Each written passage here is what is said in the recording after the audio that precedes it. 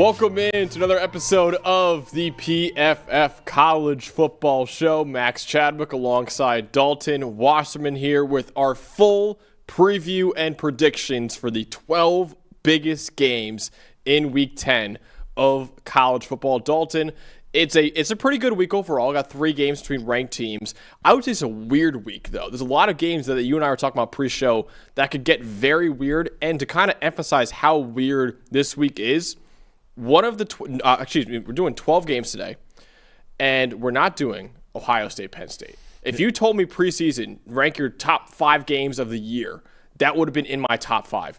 We are not doing that game right now. We're doing 12 other games in Week 10 because obviously Penn State, with all the going on in that program, Drew Aller's out for the year too. Ohio State's favored by 20.5 points. I mean, that was a game, Dalton, that, my families who, of course, are lifelong Penn State fans, they were all planning on flying out to Cincinnati, visiting me. They never do that often. My dad, my uncle, my brother, and then they called me like 2 weeks ago, like, hey, we're not coming anymore. It's not even worth going to the game. I mean, it's kind of the state of the lopsided matchup you're going to have there in Columbus. And you know what? I mean, even you mentioned it. If you would have thought it wouldn't have been one of the top 12 games of this weekend, that seems a little odd to say. But also with the games that we do have, I'm with you. I feel there's something weird coming this weekend. Because you got a lot of road favorites. You got a lot of conference games with teams. And there's even some teams that we just assume they're going to win these games and they're going to run the table in their conference. That's not usually how it works. So I think actually to me there's a lot of teams on upset alert this week. Maybe even Ohio State's one of them. Maybe. I wouldn't put my money on it. No. But I think there's a lot of teams on upset alert this week. We're going to have a weird one. It's Halloween weekend, too. Get a little spooky. Oh, see, of course it is. Get a little spooky in college football this weekend. Yeah. It's going to be a weird weekend. We're going to break down 12 of those games for you here live on this PFF College Football Show. I want to remind you guys, if you want to get access to the same data that we use on this show, you can get it with a PFF Plus subscription at subscribe.pff.com. Use the promo code PFFCFB25 to get that subscription right now as well. I want to remind you guys the records going into this week. Dalton has a 3-game lead on me after going 7-3 last week. I was 6-4 last week. So now, Dalton, you are 64-34 in the year. I am 61-37 on the year. It's close, down to the wire, and we'll see. As we mentioned all these close games we have this week, how many that we disagree on. Maybe you make up some ground. Maybe. It's going to be a really fun week, I think, in college football overall. All right. First game we're doing is maybe the biggest game, I would argue, of the weekend. Number 9, Vanderbilt at number 20, Texas, noon Eastern time on ABC. The storylines to know for this game is obviously has huge playoff implications for both programs because they're in vastly different boats right now. If Vanderbilt wins, it'll likely just need to win 2 of its final 3 games against Auburn, Kentucky, and of course Tennessee to clinch its first playoff berth in school history and maybe the greatest season in school history. Texas, meanwhile, with 2 losses already this year, they basically got to win out, including this game, in order to make the playoff. Yeah, no, I mean, Texas has a long road to get to the end there. They've got this game, they've got the Georgia game, they've got the A&M game, but you do feel like it's possible that with one more loss, they could be out. And there is the suspense right now of whether or not Arch Manning is going to play. He's in concussion protocol right now, suffered that at the very end of last week's game against Mississippi State. So a lot of obstacles, as there's been all year for Texas to get over, but they're at home and they're playing a hot Vandy team. We'll see if they can find any weakness right now with a team that in Vanderbilt that's really feeling like they could get there. They could finish this run off to the playoff and really pull off the miracle that is Vanderbilt making it. So, there's a lot of consequence to come out of this game, I think, especially on the Texas side. This is right now, and it feels like they're playing them every week. This is the game of their season. So you have the Texas offense, and obviously we do not know if Arch Manning will be healthy enough to play in this game, which we know, Dalton, when the Longhorns of the ball. So the offense, for the most part, has been struggling with Arch Manning in there anyway, and that's not all his fault. It's been the offensive line, it's been the backs, it's been the receivers, a little bit of everything. But let's not forget, too, with Arch Manning, that if you exclude sacks, as we do around here, Arch Manning is their leading rusher, and they really need these running backs to step up, whether that's Trey Wisner or C.J. Baxter or Jarrett Gibson, whoever that may be. Texas running backs this year, Max, 98th in the country in rushing grade, 123rd in yards per carry, and 106th in explosive runs. It's going to be hard to beat this Vanderbilt team. team who likes to control the ball and control time of possession. It's going to be hard to beat them if you're Texas, if you can't run the football and you're one-dimensional, and especially if you've got Matthew Caldwell starting in place of Manning, who's making his first start since last year. I think you're really looking at an offensive situation that could get tough again for Texas. They need to find a way to run the football. That's the biggest thing to me, whether they have Manning out there or not. And it's going to be tough because Vanderbilt, they just played a very good game in run defense against Missouri. They're 24th in the nation in run defense grade. Langston Patterson and the rest of the guys in that front seven are really aggressive. They fly to the football. They make plays on the ball. They don't miss that many tackles. I think you're looking at a Texas situation where maybe, again, it's their defense. Now, last week, got into a weird shootout against Mississippi State, but for the most part for Texas, it's been defensive slugfest. They may have to make that a thing again this week, but they need to find a way to run the ball with their backs. It's been maybe the most underwhelming part of it, and part of that is the run blocking hasn't been consistent, but the fact that they need to get one of Wisner or Baxter or even Jarrett Gibson going is going to be big in this game. If they can't run the football and Vanderbilt can, I would get very worried about it. Yeah, I have kind of a similar matchup on my side of the ball for Vanderbilt. I'm looking at, can Vanderbilt's offensive line hold up against what's been an elite Texas front seven right now? So obviously Texas had a lot of offensive issues this year Dalton just dove into that have kind of kept this team from being a national title contender like we thought they would be preseason. But this defense is still playing at a national championship level right now. Texas right now is 5th in the country in EPA per play on defense and 6th in the country in defensive grade this year. They're one of 3 teams in college football that's in the top 10 for run defense grade and pass rush grade. They're 5th in run defense grade and they're 10th in pass rush grade right now. Multiple stars in that front seven like Colin Simmons, Anthony Hill Jr., Ethan Burke, Hiro Kanu, the defensive tackle for them as well. Vanderbilt's very talented offensively, skill position-wise. Obviously, quarterback too, Diego Pavia is a top Heisman candidate right now. But the Commodores are not as strong with their offensive line. Right now, the 8th lowest graded offensive line in the Power 4 this season, with the 5th worst team pass blocking grade in the Power 4 as well. And they're only average in the run game too, with the 62nd best run blocking grade in the country. Jordan White, their center, is the only starting offensive lineman for Vanderbilt that even has a 60 PFF grade this year. And 60 is about average for PFF standards, so anything below that is below average. Every Vanderbilt offensive lineman besides Jordan White is below average this year in PFF grade. Vanderbilt last week struggled to protect Diego Pavia against an elite Missouri defensive line, a lot like the elite one that Texas has right now. And Diego Pavia only had a 49 passing grade in the win for Vanderbilt. He has been one of the better quarterbacks in the country when under pressure this season, with the 27th best PFF grade under pressure, but it is worth pointing out that's a very volatile stat that changes week to week and season to season.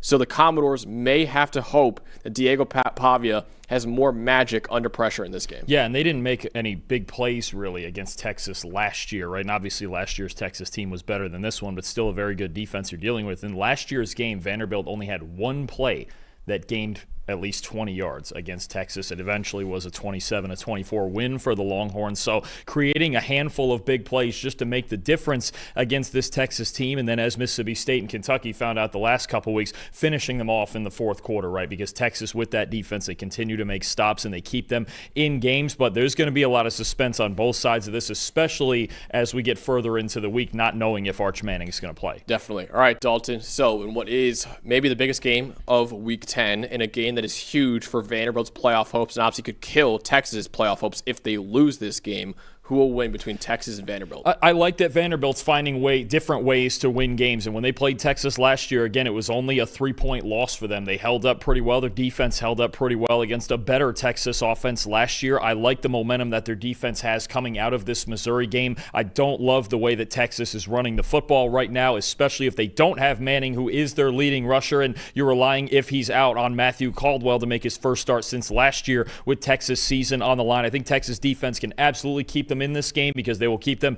in just about any game with all the talent they have. But this Vanderbilt team has got the confidence on both sides of the ball. I've got them winning 24-20 on the road. Yeah, I am actually taking Texas to win this game. I have Texas winning 20-17. Obviously, this prediction would change if I knew Arch Manning was out. this week than I would predict Vanderbilt, but I'm assuming he's going to play this week, so I'm going to take Texas at home to win this game. I think it's going to be a defensive slugfest for both these teams, and with its season on the line, I think Texas will get a major victory, a desperate win at home, and then force Vanderbilt to basically have to win out in order to make the playoff as well. So I have Texas winning 20-17 over Vanderbilt. Dalton has Vanderbilt beating Texas in Week 10. Should be an awesome ball game that we get at noon. Next noon game we're talking about is number 10 Miami at SMU. Again, noon Eastern time on ESPN. Can Miami avoid a second trap game in 3 weeks? So Miami, obviously a couple weeks ago, suffered his first loss of the year to Louisville. They responded very nicely this past weekend, though, with a 42-7 drubbing of Stanford. Even with a loss, Miami still controls its destiny to make the college football playoff. This week's game at SMU, though, is one of the Hurricanes' more difficult tests left, as right now the Mustangs are 5-3 on the season and are still technically alive in the ACC championship race with only one conference loss right now. If Miami loses again this week, their playoff candidacy gets a lot murkier. Yeah, no, it does. I think Miami, it's interesting because there's now a scenario where they could go 11-1 and not even make the ACC title game. And there's some numbers that actually say that might be the best scenario for them, not just to not get that last impression. You know, who knows who they'd be playing if they were to make the ACC title game. I think Miami just has to, they got back on the horse this past week. Took them the better part of the first half against Stanford to find the rhythm, but they did find it eventually. And they've got a tough test here against SMU. And an SMU team that you mentioned that one conference loss, that was an unexpected loss, 13-12 to Wake Forest on a last-second field goal last week too. So they're trying to find their footing in the same way that Miami did last week, but that test for SMU is not going to be easy either. So you have the Miami offense in this one, Dalton. What should we know when Carson Beck and the Hurricanes have the ball? Look, you've got a really good matchup between an offensive line that everybody knows for the Hurricanes that is currently the third highest graded in college football right now, and they have the fourth best run blocking grade, Francis Mauanoa and those guys, against a very underrated defensive line for SMU. And coming into the year, they lost a lot of pieces in their front seven, but they really haven't lost any of the production. When you look at guys in their front seven, Cameron Robertson, Ja'Kai Lang, both with run defense grades over 90. You talk about a guy like Isaiah Smith, who's their best pass rusher, Terry Webb, Jeffrey Emba on the inside. They've just got everything you could want on a defensive line, and they're just as deep as they were last year. I think the big thing for me especially is the run defense. Miami still wants to be physical and run the ball with Mark Fletcher, with Shamar Brown down right between the tackles, but this SMU defensive line, they have the highest run defense grade of any defensive line in the country, and something Rhett Lashley really prides himself on with this front seven is stopping the run. He controls the pace of the game on offense with fast tempo and vertical passing, but he controls the pace of the game on defense with this defensive line, with this run defense. I do wonder if SMU wins that battle in there with their run defense and Miami's not able to create those explosive runs.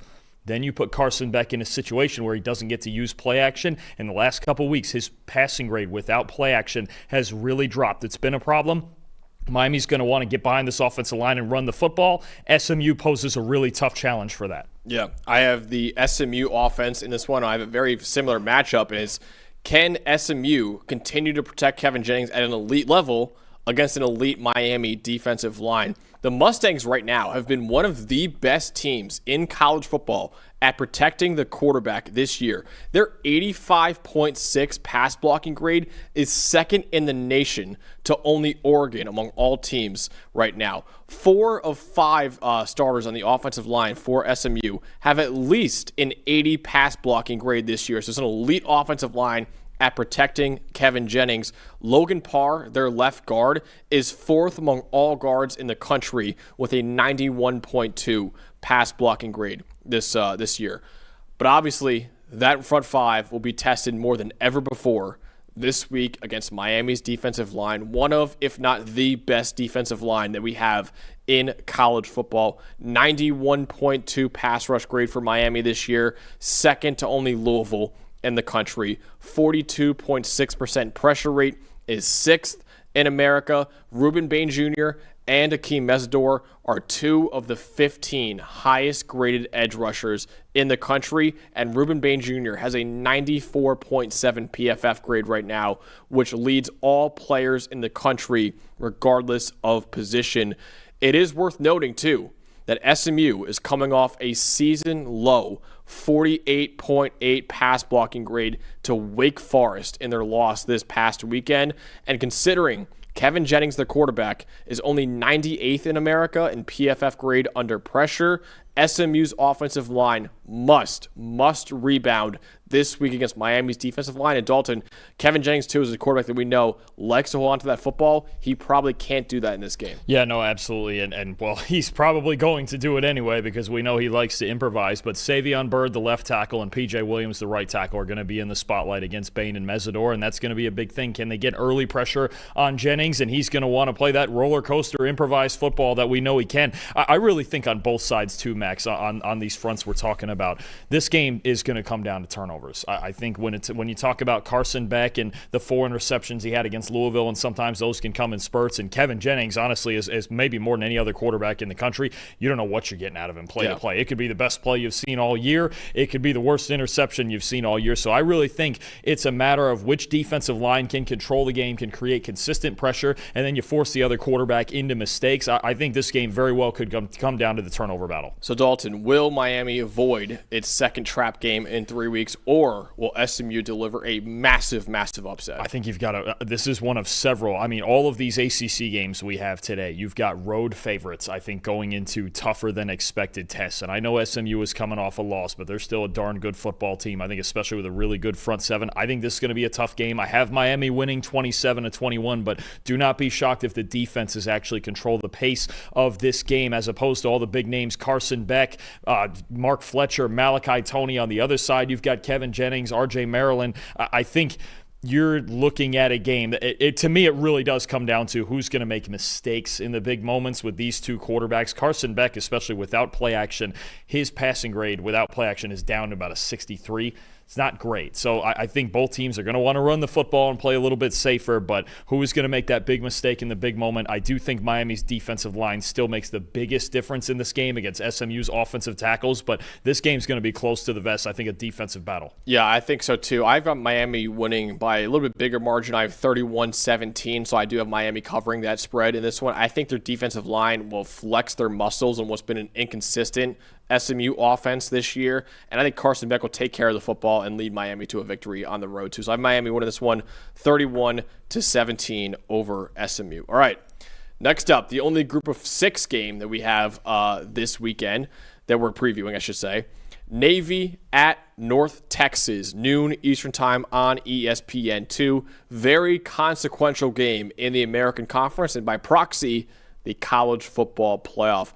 Like I said, time and time again, the champion of the American Conference is most likely going to be the group of 6's representative in the college football playoff this year. The top 4 favorites to make the playoff out of the group of 6 are from the American Conference, according to DraftKings Sportsbook. North Texas is 4th in those odds right now, while Navy isn't far behind as it's tied for 6th in odds right now. And the Midshipmen are currently the only group of 6 team that still has an undefeated record with a perfect 7-0 record so far this year. Well, Navy's especially got an interesting situation because even if you chalk up, maybe if we're probably going to preview it too, but they've got all these tough games. This is the first of 4 straight games. Their final 4 games are North Texas, Notre Dame, USF, Memphis. Yep. I mean, those are games that we're going to find out soon. We're going to find out about Navy starting this week, right? And they've got an interesting situation because let's say they run the table in conference and they make the conference title game, and the one loss is Notre Dame, and then they win the American. I mean, you're talking about an 11-1 Navy team before they've played Army, which is also an interesting situation considering the playoff. Before they've played Army, but they'd be 11-1 with a conference title, they would still be the playoff team. And imagine having an academy school as one of the playoff teams. That would be something. And then for North Texas, this game to me is their season. Yeah. It's their entire season. If their 2 losses in conference are to USF and Navy, first of all, you might not get a 2-loss team in the conference title game. And then they don't have any other ground to make up when it comes to a head-to-head against Memphis or Tulane. They've got more winnable games beyond this. If they win this one, they could finish 11-1 and see maybe where the tiebreakers or certain things take them, especially with the loss to USF. But this is basically the game of North Texas season as well. So I think you've got the start of a tough stretch for Navy, and then this being basically just everything for the Mean Green Green. This is going to be a fun one. It would be a fascinating conversation if Navy, say, wins the Alpes, has a Notre Dame game, and then wins the American, and then still has a game afterwards against Army. But the playoff is announced the week before that Army game too. So it's like, it'd be a little bit weird. I think they'll still get in 11. Oh no, if they won this conference, ran the table, and their only loss was Notre Dame, they would absolutely be. What if they're 10-2? That's a better discussion. What would the playoff do then? That's a very interesting conversation. That's a better discussion because, and look, that other loss would be to another really good team because their last 3 conference games again are North Texas, USF, Memphis. Yeah. So, but the problem is if they lose one of those conference games and lose a tiebreaker to one of those teams, they may not even be in the conference title game anyway. So it is a fascinating discussion. I just don't know.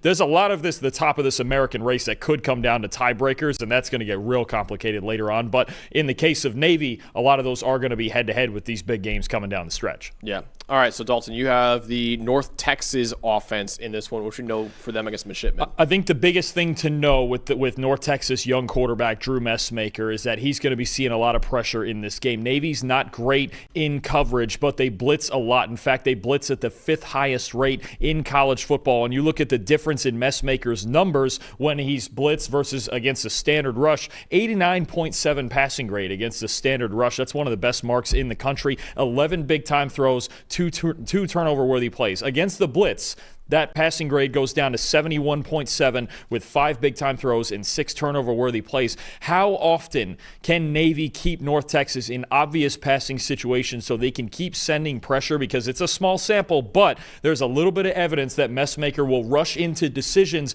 when he is pressured, and Navy is going to continue to send pressure because they don't love their ability to win one-on-one on the back end with a standard rush. Again, a top 5 blitz rate in college football this season from the midshipmen. I think if North Texas is in a lot of obvious passing situations, it's going to be really incumbent upon their offensive line and on Messmaker to make good decisions against the blitz. To me, that's a huge factor here. Can they stay ahead of the chains first and foremost with the run game? And if not, then you get all those pressure packages from Navy. Yeah, I'm looking at the Navy offense, and of course, I'm looking at Navy's complex run game against North Texas's run defense right now. So every cadet at a service academy must do 2 things. 1, you got to serve in the military for 5 years after graduation. And number 2, you have to run the absolute piss out of the football. Right now, the 3 schools that lead the FBS in run rate this year are the 3 service academies in Army, Navy, and Air Force. Navy runs the ball at 73.5% clip this year. That is the 2nd highest rate in the country, only behind Army. And they do so in a variety of ways as well. If you watch the tape on Navy's run game, they throw a lot at you, and our numbers back it up too. Navy runs power 18% of the time, pull lead 17% of the time, counter 15%, fullback run 10%, outside zone 9%. Basically every concept that we have, they run it. So it's not like it's a very heavy triple option team or a very heavy outside zone team like we have for other schools. This is an offense that throws a lot at you in the run game right now. North Texas can't predict what Navy will throw at them schematically, but they can predict they should see a lot of quarterback Blake Horvath on the ground in this one. Blake Horvath has 806 rushing yards this year, the most among all quarterbacks in the country, the most rushing touchdowns among all quarterbacks in the country as well. And it's not as if North Texas can just stack the box on Blake Horvath like you could do for most other Service Academy quarterbacks, because he has an 83 passing grade this year, which is 16th in the country, with 7 big-time throws and 2 turnover-worthy plays. So, yeah, they will run the ball most often, but if you do stack the box, Horvath is capable of making some big-time throws down the field as well. Right now, the Mean Green are 100th in yards per attempt allowed this year at 5.2, but one advantage North Texas might have in this run defense versus run game matchup is they have an outstanding linebacker unit. All 3 of the Mean Green starting 3 linebackers have at least a 77 run defense grade this year. Those 3 will be very, very critical in this game against Navy's complex run schemes. So many storylines in everything that you just said there, because you have 4 legitimate rushers in Horvath, the quarterback, Alex Texas, usually back there as the fullback, and then you've got Brandon Chapman, and Eli Heidenreich is the do-it-all guy in this offense. He's one of the best receiving backs in the country. He just does everything for this team, and when they need a big play in the passing game, it is Eli Heidenreich. North Texas, you mentioned, one of the best tackling teams in the country. That's something that really sticks out, but in their one loss, they really struggled to stop the run against USF. That was a big problem. So can they recover in time and not let Navy control this game? Because North Texas, again, on their offense, they want to get fast pace and make big plays down the field. But if you don't have the football, then that's not going to work. And I love that you mentioned too with Navy's scheme. We talked about this a little bit last year. It is not just constant triple option every single play like it used to be. There are a variety of concepts that go into this offense. They get in the shotgun and run even some more traditional run concepts that we see from a lot of other teams. But 4 legitimate threats, and you really have to watch out for Heidenreich through the air. He's the guy that they're always sneaking downfield for big plays. And so much motion, too, when I was watching Navy. There's Absolutely. so much motion. Constant. Constant motion in that offense. But like I mentioned before, North Texas, their linebackers in Ethan Wisłowski, Trey Fields, and Shane Witter, all 3 of them have at least a 77 run defense grade. With a complex run scheme like Navy has, those linebackers will be critical for North Texas in this game. All right, Dalton. Ultimately, in what is a massive, massive game for the American Conference and also the Group of 6 playoff race, who wins between North Texas and Navy? I actually think this might be the hardest game of the entire week to pick. I think it's very much a coin flip with such a contrast in styles with North Texas and the way they like to win through the air, and Navy, obviously, with the ground game. The one number that sticks in my head, though, they give up 324 rushing yards, North Texas did, to USF. They've got to figure out against this Navy rushing attack how to not let them control time of possession. And then again, the pass concepts with Heidenreich and those guys, those stack up beyond that once they start having success on the ground. And then this is a big inflection point, I think, for Blake Horvath as well, because last year, first half of the year, he got off to a red-hot start throwing the football, and then they hit the Notre Dame game, and the passing game really petered out. Can they sustain that and make this offense two-dimensional for the entirety of the season? That's how they're going to compete in this conference. I think it's going to be very high scoring, and again, a contrast of styles. It's going to be very back and forth, and the fact that it's at North Texas helps North Texas too. But I'm going to take the midshipmen 42-35. Okay. I'm going to take their run game just like USF did against North Texas. I'm going to take their run game to control it, get ahead early, control time of possession. But I do think you're going to get a lot of points in this game. I think it will be a shootout. I have North Texas winning that shootout, though. I have it 37-30, North Texas beating Navy. Ultimately, I think North Texas' balanced offense with Drew Messmaker at quarterback and our guy Caleb Hawkins at running back has been great for them this year as a true freshman. That'll be too much for the midshipmen to handle defensively. I think North Texas at home will deliver Navy their first loss of the year and set up North Texas very nicely in the American Conference right now as well. It should be an awesome, awesome game in the American Conference at noon, though. All right, let's get to the 3 o'clock slate now, with number 16 Louisville at Virginia Tech, 3 p.m. Eastern Time on the CW Network. Can Louisville keep it rolling and also stay alive in the ACC title race right now? Because Louisville right now is 6-1 on the year, still very much in the race for the ACC championship and or a college football playoff spot this year. They went on the road and took down second-ranked Miami a couple weeks ago to really launch their playoff candidacy this year. Now they must go on the road and face what has been lately a spunky Virginia Tech team that's won 3 of its 5 games since they fired their head coach in Brent Pry. That includes a double overtime thriller over Cal this past weekend. Yeah, no, Jeff Brom is going to know not to take this team lightly, especially in that environment. At Virginia Tech is always a different animal. And look, there are still they got off to a slow start, but there's still several redeeming qualities to this Virginia Tech team. So, and if you go on the road and you're one of these road favorites in the ACC, because we got a lot of them this week, you better be careful with whoever you're playing, because everybody, even at the bottom of that conference, hears the noise of, oh, we're the teams they're supposed to beat, and they're all supposed to be undefeated in conference and have this epic race. Well, Virginia Tech, you know what? They're still in position to try to make a bowl game here, and they've got some teams they can upend, including Louisville, including Virginia at the end of the year, as always. So this is, I think, going to be a fun football game that Louisville needs to be well prepared for if they're going to come out with a win. So you have the Virginia Tech offense in this one, Dalton, that exploded on the ground against Cal this past week with Kyron Drones and all the running backs they have just running wild on the Golden Bears. What should we know for them against Louisville? Look, that's the strength on offense, absolutely. When you talk about, I think this is a game where you remember how we have Stanquan Clark, the star linebacker for Louisville, out for at least the regular season with an injury. I think this is a game where Jeff Brom would really like to have Stanquan Clark back, but he's going to be relying on guys like TJ Quinn and Caleb Perry at linebacker to make open field tackles, because what Virginia Tech does is spread you out with formations. There's some other teams that do this. Indiana creates a lot of light boxes. USF does that with wide formations and creating space. That's exactly what Virginia Tech does, and what they want to do is create light boxes, 5-6-man boxes, because their offensive line is one of actually the lowest graded in the country. It's not a great offensive line that Virginia Tech has, and yet they find ways to run the football successfully because they've got three outstanding ball carriers in the quarterback, Kyron Drones, and their two running backs, Marcellus Hawkins and Terrion Stewart, the Bowling Green transfer. Combined, Virginia Tech is 21st in the nation in rushing grade. They're 5th in yards after contact per carry. All three of those guys can break tackles at any time and create big runs. They're 3rd in the nation as a team in missed tackles forced, only behind Missouri, who of course has Ahmad Hardy and Jamal Roberts,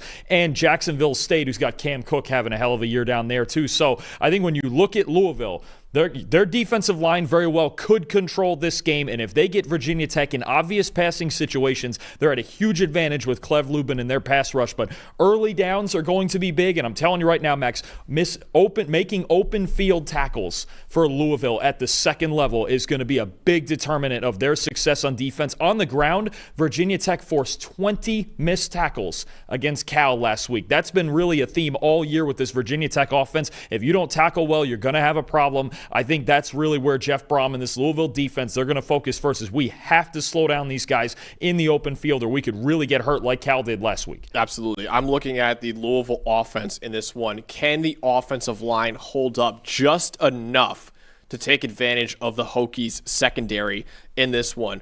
Louisville has a couple outstanding skill position players right now. Chris Bell, the wide receiver, 10th among all receivers in the country this year with 687 receiving yards. He's a projected top 50 pick in the 2026 NFL draft. Isaac Brown, the running back, can't be taken until 2027 because he's a true sophomore right now, but he is 2nd among all running backs in the nation with 8.8 yards per carry this year. But Louisville has had serious problems with its offensive line. 55.1 pass blocking grade this year is only 113th in the country. That could be an issue, considering Virginia Tech right now is 19th in America in pass rush grade, with edge rusher Ben Bell leading the charge there for the Hokies.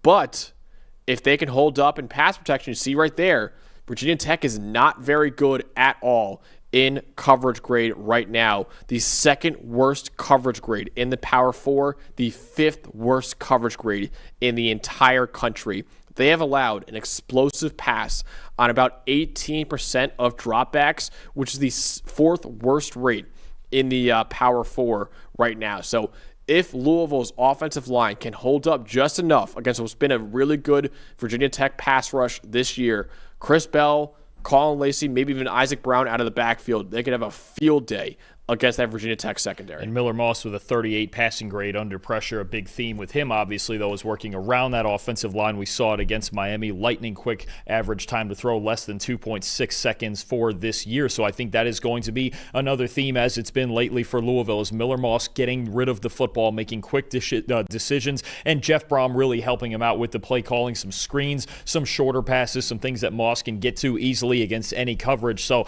I think you're right. Ben Bell in that pass rush is a threat. I think both of these teams are going to want to stay out of obvious passing situations with these two pass rushers, but that does often come down to who runs the football better on early downs. If Virginia Tech can't tackle Isaac Brown, just like Miami couldn't, or if Louisville's defense can't cover Kyron Drones and those ball carriers, that could make a big difference too. Early downs and staying out of 3rd and 8, 3rd and 10s is going to be big for both teams in this game. Definitely. All right, Dalton, ultimately, will Louisville avoid the trap game this week against Virginia Tech and continue their playoff candidacy, or will Virginia Tech deliver a massive upset? This is a dangerous one. I'm telling you, don't look at the records with this. This is dangerous with the way Virginia Tech can run the football. And Louisville, even against teams that you think they should beat, even against Boston College a little bit last week, these games have been closer. It's very just close to the vest with them, I should say. That's kind of how it goes. It's how they lost the Virginia game, but it's how their team is right now. It's how it's structured. I've got them narrowly escaping it on the road. They get away with one. I've got Louisville 27-24. This is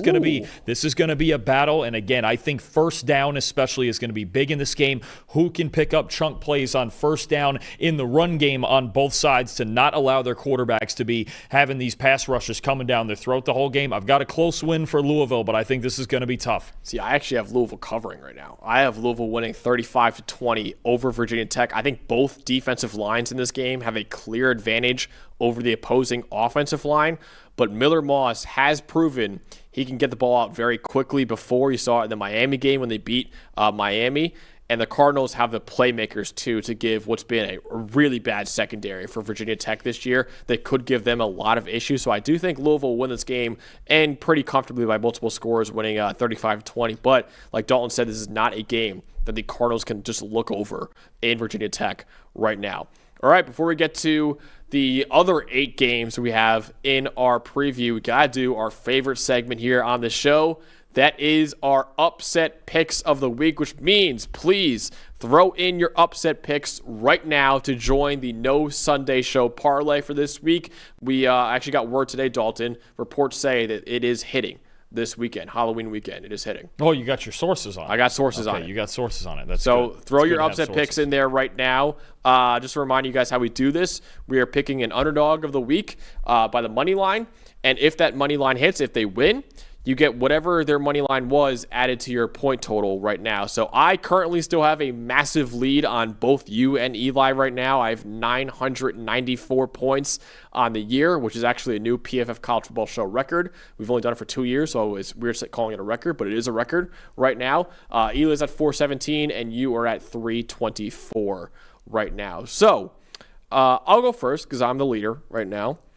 I am going with Colorado over Arizona plus 170. I know Colorado was just embarrassed this past week by Utah, but I do think they'll be bouncing back this week against Arizona. I like that money line at plus 170. I think these are two teams that are pretty evenly matched overall, so I do think Colorado – I'm trusting the Buffaloes here. The Buffalo faithful have been great to us on the show. I think Colorado will bounce back this week and take down Arizona. Colorado's been much better at home, too. I think that's a big thing, getting back to Folsom Field. You look at close loss to Georgia Tech, the close loss to BYU, the upset of Iowa State. I think they feel a lot better about playing at Folsom Field. And Arizona, decent team, look a little bit better this year. Noah Fafita playing well. I worry about the matchup with them and Ishmael Mahdi in this run game, this Arizona run game that's been better this year. But that'll probably be a tight game because it's been a lot more of that when Colorado's at home. It just, they haven't been able, especially to take their defense on the road with them. That's what's hurt them in these 3 road losses they've had. But I could see the logic for that. You get a bounce back from really what was rock bottom last week against Utah. All right, let's let producer Eli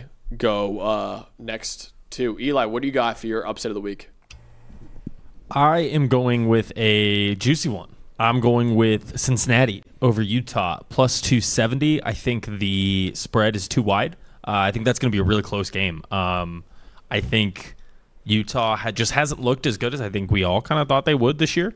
And I think they're kind of counting out UC's run defense in this game. They're the 20th ranked run defense team in the country, according to our metrics. And in the Big 12, they have the second highest graded tackling team and the third highest in run D in the Big 12. So I think if they can do that and force Dampier to have to throw the ball a lot, I like UC in this one. So give me UC to win this game. I like it a lot. And there are a couple of things that we'll get into more detail later because we're previewing this game later. We'll get to our game picks. Is it 9.5? Is it yeah. For Cincinnati? I do agree that that's too wide. I think Cincinnati is better than that. And you mentioned Devin Dampier. There is questions about whether he's going to be healthy enough to play or whether it'll be Bird Ficklin again, true freshman Bird Ficklin, who was really good against Colorado this past week. Obviously, 53-7. He was really good, especially on the ground. But bigger game, bigger opponent, see where it goes. I do agree. We'll get to our picks on it later, but I do agree that 9.5 is too wide. before you go, I want to just question someone in the chat. Someone said OSU needs to be awake this week.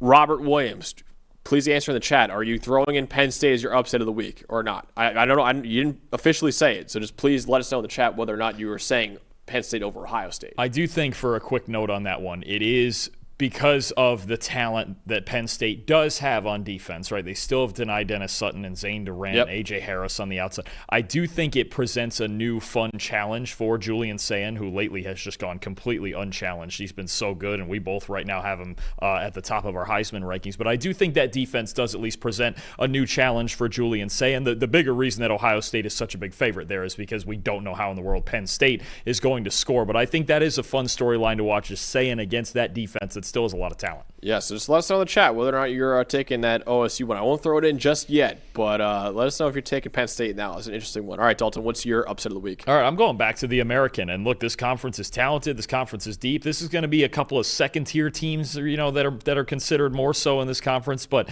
the Temple Owls look a little bit better than they have the last couple of years. And they're underdogs at home against an East Carolina team that's struggled on defense lately. And Temple's quarterback, check this out, Evan Simon, 21 passing touchdowns this year, 0 interceptions. He's one of just 2 quarterbacks in the country, along with UConn's Joe Fagnano, who has more than 3 touchdown passes and no interceptions. You've got that matchup with him getting hotter as the season goes on against an East Carolina team that since week 4 is dead last in the country in coverage grade. Their secondary's really struggled of late.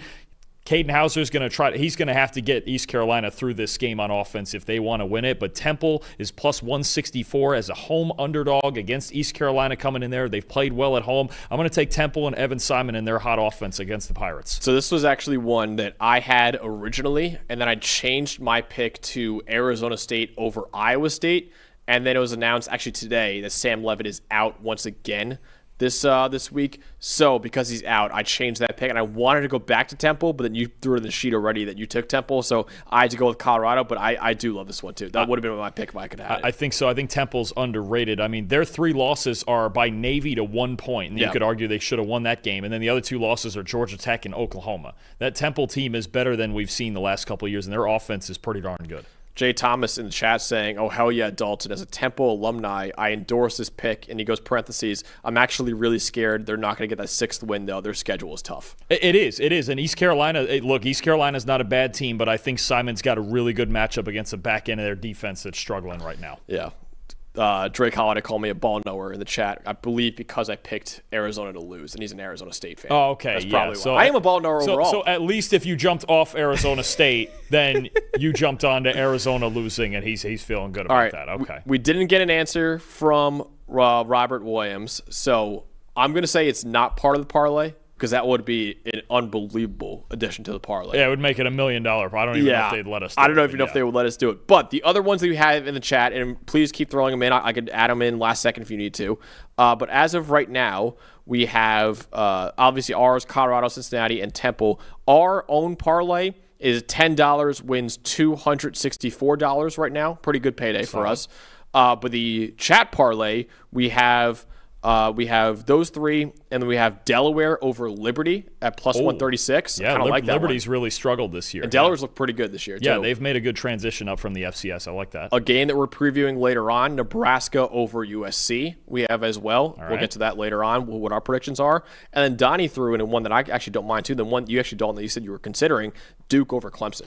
There was a few others I considered. I like Duke over Clemson. Duke still has a lot of talent on offense. They just have to not turn the ball over. Mississippi State over Arkansas is another one I thought about. I still, and they're underdogs at Arkansas, but Mississippi State, they gotta win a close game at some point here, right? I mean, that could be a close game, especially with Arkansas's offense. And then I almost went with the one that would have made you kind of irritated. I almost went North Carolina over Syracuse. Carolina, Bill Belichick's squad has looked better the last couple of weeks, and Syracuse has kind of not looked good. Kind of not.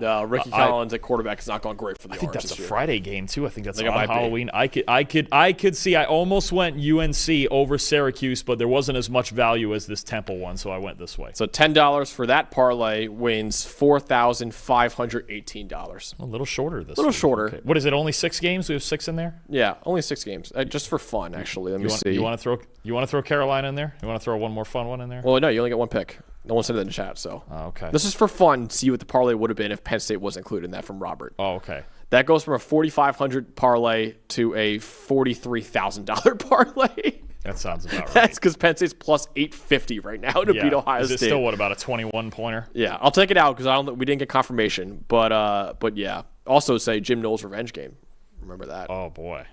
Well, oh, boy. Could be a storyline. Could be maybe a 7-3 Penn State win. Somewhere Jim Knowles coaches the game of his life. Maybe. All I'm saying is he went against Julian Sain in practice last year every day. So. Oh, he knows. He knows him. He knows something. And I don't know if that'll help you, but against Jeremiah Smith and Carnell Tate and those guys. But we'll see. We'll see for Penn State. But that PFF betting segment was brought to you by DraftKings. Lines and odds are obviously subject to change. One play can change a season. One upset can silence a stadium. And with every snap, the stakes get higher, and no one brings you closer to the action than DraftKings Sportsbook, the #1 sportsbook for live betting. From live in-game betting to rivalry week odds and boosts and so much more, DraftKings Sportsbook keeps you in the game from kickoff until the final whistle. Whether you're riding with your favorite team or making moves as the momentum shifts, the game is always in your hands with DraftKings Sportsbook. New customers, this one's for you. Bet just $5 and get $300 in bonus bets instantly if your bet wins. Own every Saturday with DraftKings. Download the DraftKings Sportsbook app and use code PFF. That's code PFF to get to turn $5 into $300 in bonus bets if your bet wins. In partnership with DraftKings, the crown is yours. Gambling problem? Call 1-800-GAMBLER. In New York, call 877-8-HOPE-NY or text HOPE-NY, which is 467-369. In Connecticut, help is available for problem gambling. Call 888-789-7777 or visit ccpg.org. Please play responsibly. On behalf of Boot Hill Casino and Resort, Kansas, pass-through of per-wager tax may apply in Illinois. 21-plus agent eligibility varies by jurisdiction. Void in Ontario. Restrictions apply. Bet must win to receive bonus bets, which expire in 7 days. Minimum odds required. For additional terms and responsible gaming resources, see dkng.co/audio. Limited time offer. All right. Let's get to the world's largest outdoor cocktail party. Number 5, Georgia against Florida in Jacksonville, 3:30 p.m. Eastern Time on ABC. The storyline to know for this game is the post-Billy Napier era at Florida is officially underway this week against their arch-rival Georgia. And like I said, the world's largest outdoor cocktail party, which I think, Dalton, I think it's the best name for a rivalry to have. Is it still going to apply? Isn't it? This is the last. It's leaving at Jacksonville. It's going to Atlanta, I think it's right. So does that still count then? I Maybe. mean, I guess the party will still be outside, but now if it's the game's going into the Dome in Atlanta, does that still count? Yeah, we should keep the name. All right. Still a great name. Yeah, it is. But Florida, ironically, after winning against Mississippi State a couple weeks ago, they still fired Billy Napier the very next day after that. He had a 22-23 record over his 4 years there. Very understandable firing, I would say, by Florida. The wide receivers coach, Billy Gonzalez, now takes over as the interim coach for the Gators' final 5 games of the year. And that starts this weekend against arch-rival Georgia. A win for Florida would deliver some much needed hope for that program right now, and also, and I know Florida fans will love this, simultaneously deliver a major blow to Georgia's hopes of making it to the SEC title game and also making it back to the college football playoff this year too. Well, we know Florida is talented enough to win these games. It's just a matter of execution in big moments. They almost won last year too against Georgia. Right, yeah. I mean, that Flagwood didn't get hurt. That game was tied with about 5 minutes left anyway, with the quarterback situation being what it was. We know Florida's talented enough. It's not a question of their talent. It's a matter of the execution in big moments. And honestly, to me, just coming out at the beginning of these games with a better game plan, right? I think that was the key for them in the Texas win, was they came out in the first half with such an awesome game plan to get ahead in that game. So still some improvements they need to make, but Georgia, it's the rivalry anyway, but you already know they're watching this Florida tape going, this team is much more dangerous than their record, and they just need to execute in big moments if they're going to win it. So obviously last year, like I mentioned before, Florida was winning against Georgia. DJ Lagway got hurt and had to leave the game, and then Florida's offense kind of fell apart after that, Dalton. You have the Florida offense right now with hopefully a fully healthy DJ Lagway in this one. What should we know for them when they have the ball? Well, you might get the wide receivers coach taking over the team, but this Florida team wins when they run the football with Jaden Baugh. They are 3-0 when he runs for at least 100 yards, which also means they are 0-4 when he doesn't, right? I mean, so that's what you're looking at. To me, with DJ Lagway and the more inconsistent, the struggles with him throwing the deep ball this year, because that was bound to always be possibly a regression to the mean. He was a top 5 deep passer in the country last year. This year, it's really kind of sagged on the production there, and he hasn't figured out his footwork of getting his underneath accuracy going yet. So, look, they've got great receivers. They've got great potential in the passing game, but Jaden Baugh needs to be the guy. 611 rushing yards this year, 40 missed tackles forced, and 21 explosive runs. Those are both top 10 marks in the country. Their offense, to me, starts with Jaden Baugh and works from there. I think you go back and watch the Texas tape. That's the blueprint. You get Baugh going, you get Lagway going in the play action, the bootleg game to cut the field in half and get him to see just one side of the field and reading things a little bit easier as opposed to those full field reads. You don't want Lagway dropping back and just throwing the football into this secondary with Dalen Everett, with KJ Bolden and these guys. But even running the football is not going to be easy. Georgia, as we know, their run defense is one of the constants. They've got great run defenders at all 3 levels. You are going to see some big-time collisions between Jaden Baugh and Georgia's middle linebackers, C.J. Allen, and Georgia has missed the fewest tackles in the country this year. But I think Florida, they don't need to come out and just try to sling it and hit home runs early in this game. Start your offense on the foundation with Jaden Baugh and work from there. That's when their offenses look the best this year. Yeah, I'm looking at, for Georgia's offense, can Florida consistently pressure Gunnar Stockton in this game? Gunnar Stockton has been supremely accurate this year, especially from a clean pocket. 84.5% adjusted completion rate this season. When kept clean, that's tied for 5th in the country. 88.1 PFF grade when kept clean is a far better mark than his one under pressure. He's a 52 grade under pressure this year. Georgia has done a really good job of protecting Gunnar Stockton this season as well. 31st in pressure rate allowed this season and 33rd in team pass blocking grade this year. And Florida has really struggled to get after opposing quarterbacks. Right now, the Gators are only 106th in America in team pass rush grade, and they're 94th in the country with about a 30% pressure rate this year.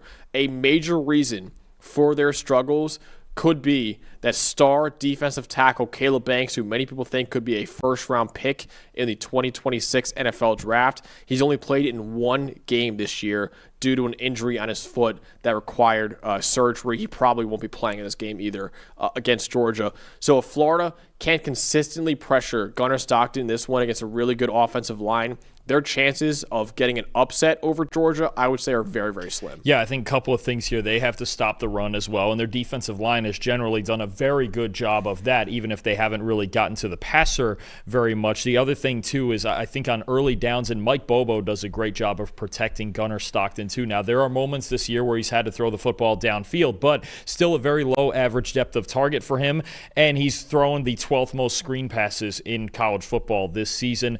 Georgia makes a lot happen after the catch, and if Florida can make open field tackles and that defensive line can somewhat control Nate Frazier in that run game, you could find them in a defensive slugfest here. But you're right, in those obvious passing situations, you feel better about Gunnar Stockton and his ability to be back there in clean pockets, in part because Florida's pass rush has struggled so much this year, and they've struggled to find just consistent traction up there. Maybe they'll blitz more under the changes in the coaching staff, get a little more aggressive, but their front four has not been able to get home. If you don't do that against Stockton, you give them too much time to make plays. So ultimately, Dalton, who will win the world's largest outdoor cocktail party between Georgia and Florida? I think we're going to see moments where both of these defenses have their victories on their side of the ball. I think it's going to be pretty hard fought, especially early in the game. But that lack of Florida pass rush, and we'll just see how they're feeling. Now, we've seen a lot of other teams, too, though, come out first week after firing the coach and come out firing, right? UCLA, UAB, we've seen there's been a few others where, I guess it's this thing, this new thing my brother calls the dead cat bounce. Yeah, which Virginia Tech did it too. Virginia Tech did it too. Still waiting on Penn State to do it, but yeah. I've never heard of that term before, but so maybe Florida comes out energized, and look, they're always energized in this rivalry, but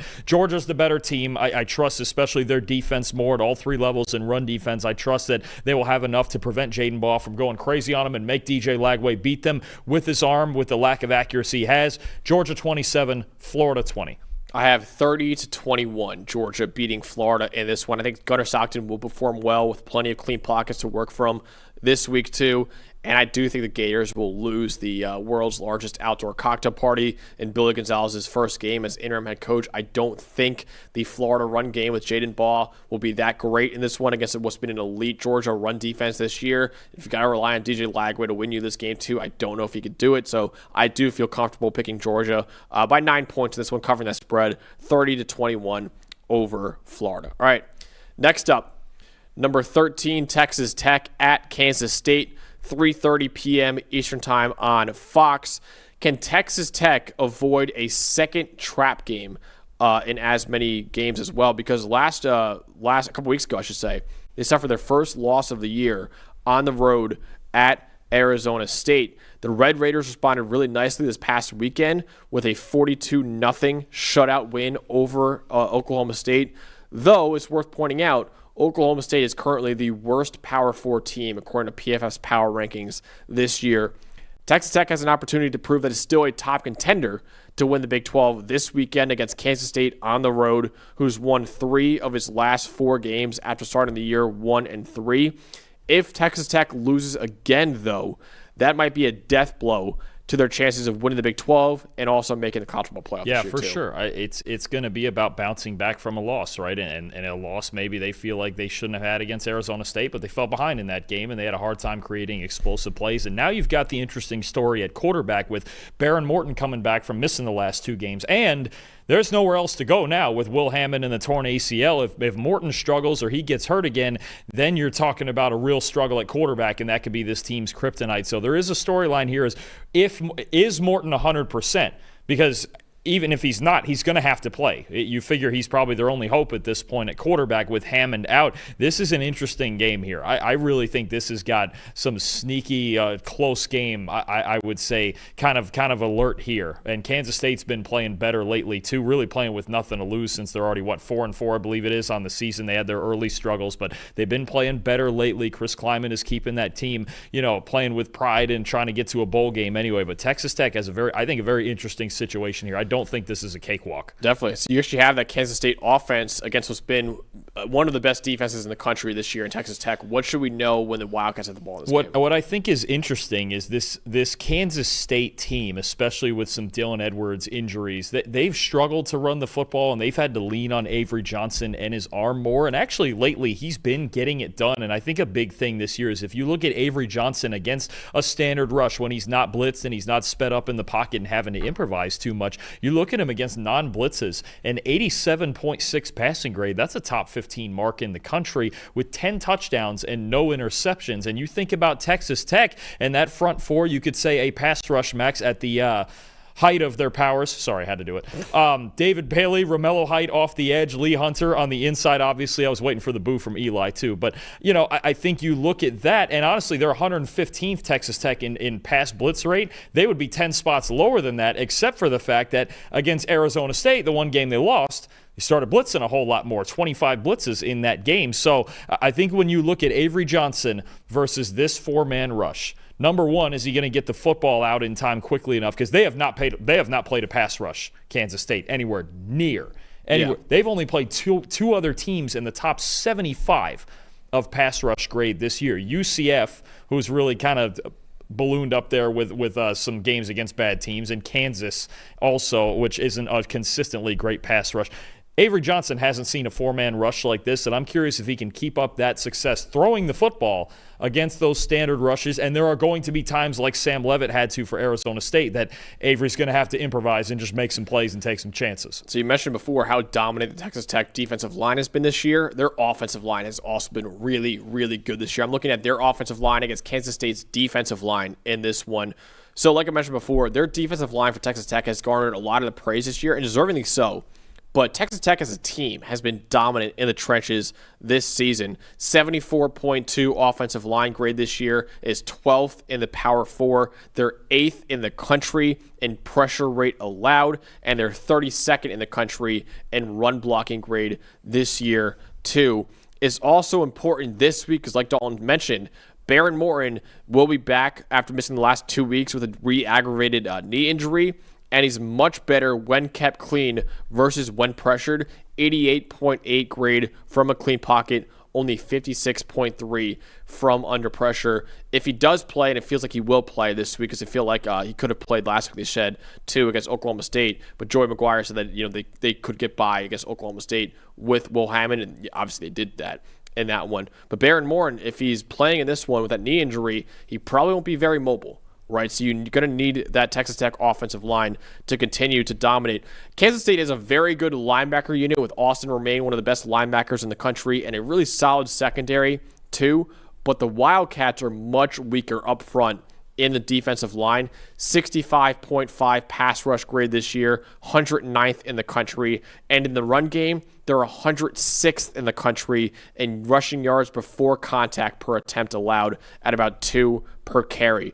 Of the 8 defensive linemen who have played at least 175 snaps for Kansas State this year, none of them have even earned a 70 PFF grade this year. So I think Texas Tech's offensive line could be in line to dominate this week. Fun matchup, but it's going to be, can they get to the second level, or can Cameron Dickey and Jacoby Williams continue to make people miss at the second level? Because you mentioned it, Romaine's one of the best run stoppers in the country. Desmond Purnell, very good. Also, Gabe Powers works his way in there. You got some really darn good run defenders at linebacker, so I think you've got a good matchup of, can the offensive line get to the second level, and can the backs make people miss, or can Kansas State limit those big runs to 3, 4, and 5 yards instead of 30, 40, and 50? So really, I think that is something those linebackers in this game, especially against a team, I think in Texas Tech with Morton maybe not being 100%, they're going to want to run the ball with Dickey and Williams on early downs. If Kansas State's linebackers can contain them and put them in third manageable situations, their defense, then you take your chances with Morton and see what he looks like back there in the passing game. So ultimately, Dalton, will Texas Tech continue to prove why it's still a top contender to win the Big 12 this year, or will Kansas State deliver a major upset? I think this game, I'm being real with you, Max, this is extremely dangerous because Kansas State's playing better lately, and their ability for Avery Johnson to just make plays back there sometimes in the same way that Sam Leavitt did against this pass rush, and those linebackers, I really think they could make a difference in this game. I think Texas Tech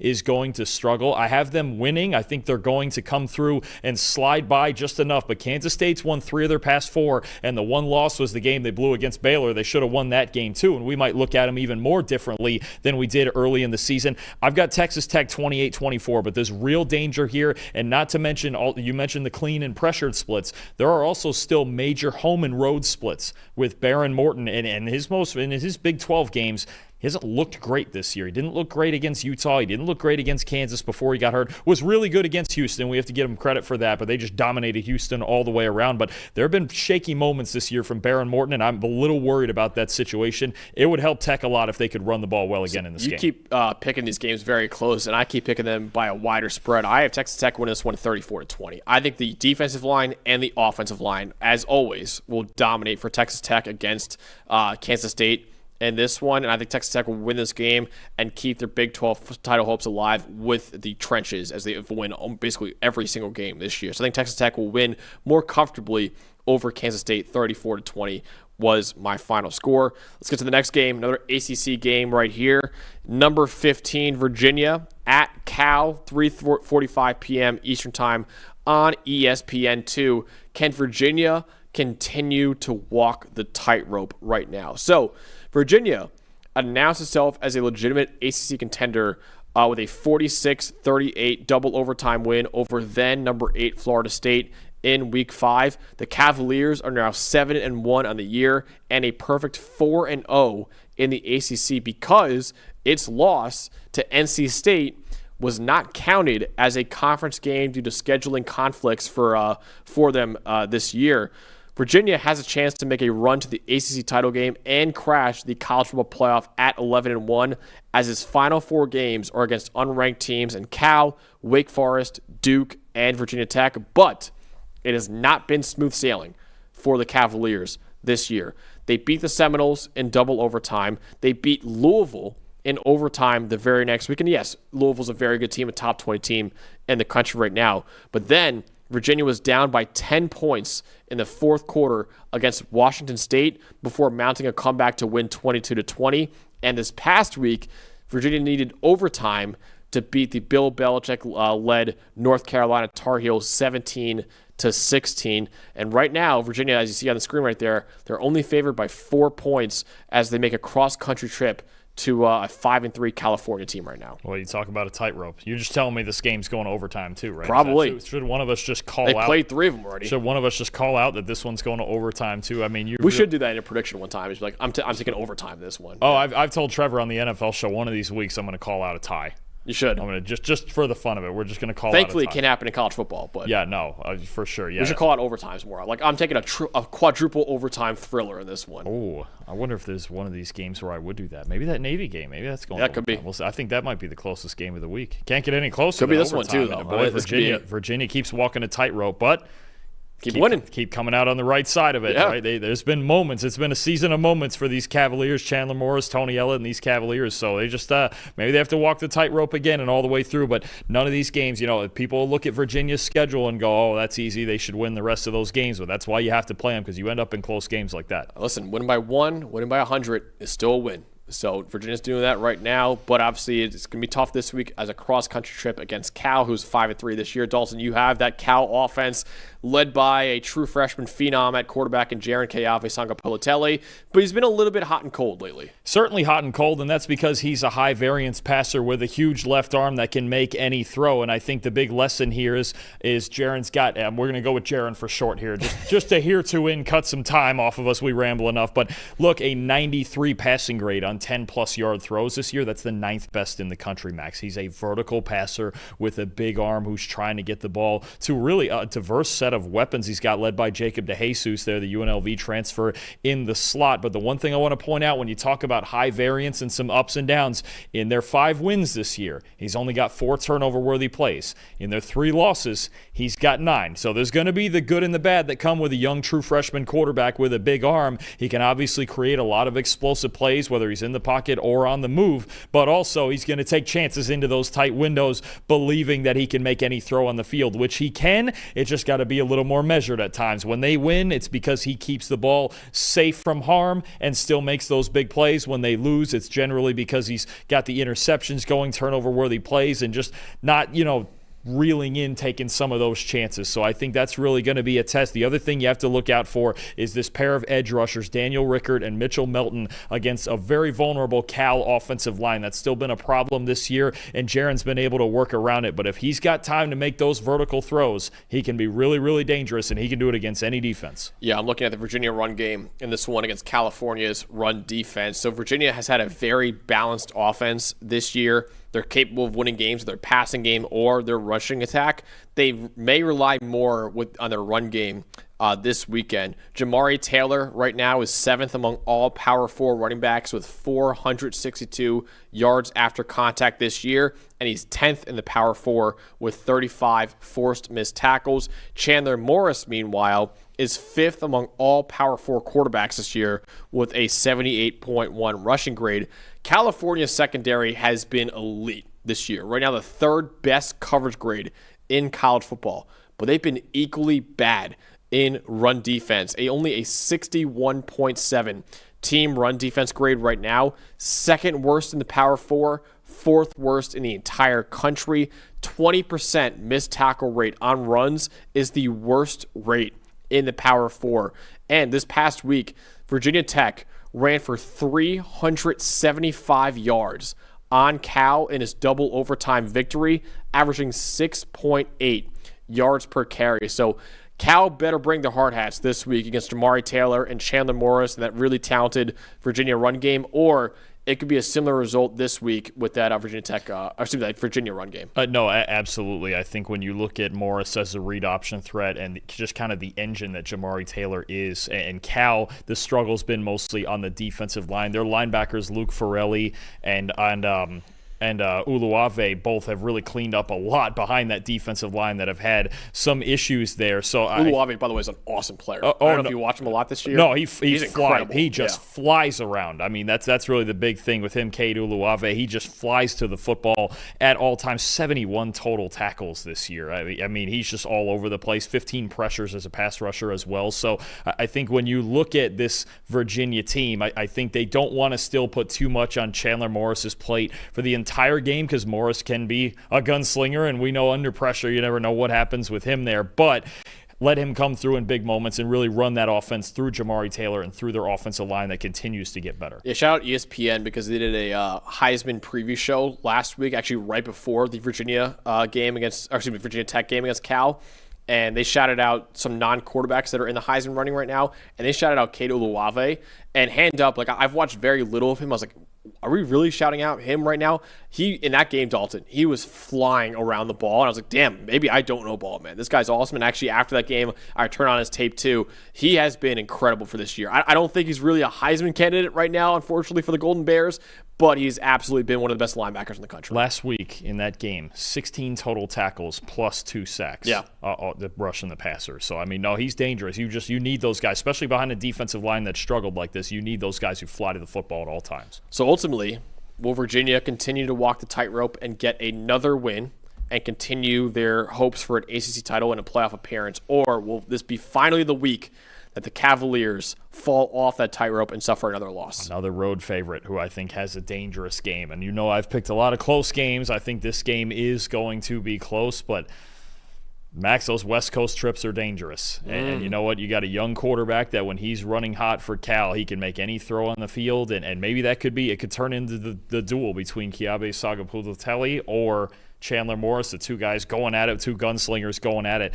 I'm going to take Cal at home. I think that loss last week really hurt them, taking that East Coast trip, the long flight back. But I think at home, I think they have been walking the tightrope a little bit too much. It would really help them to run the football if they're going to win this game. But I'm going to take Cal and Jaron and all those weapons to get it done. I have it 28-27. I'm copping out with the 1-point win, but I'm going to take Cal winning at home. You want to call overtime or no? No, you can't do a 1 what, point. a fourth overtime game for Virginia would be?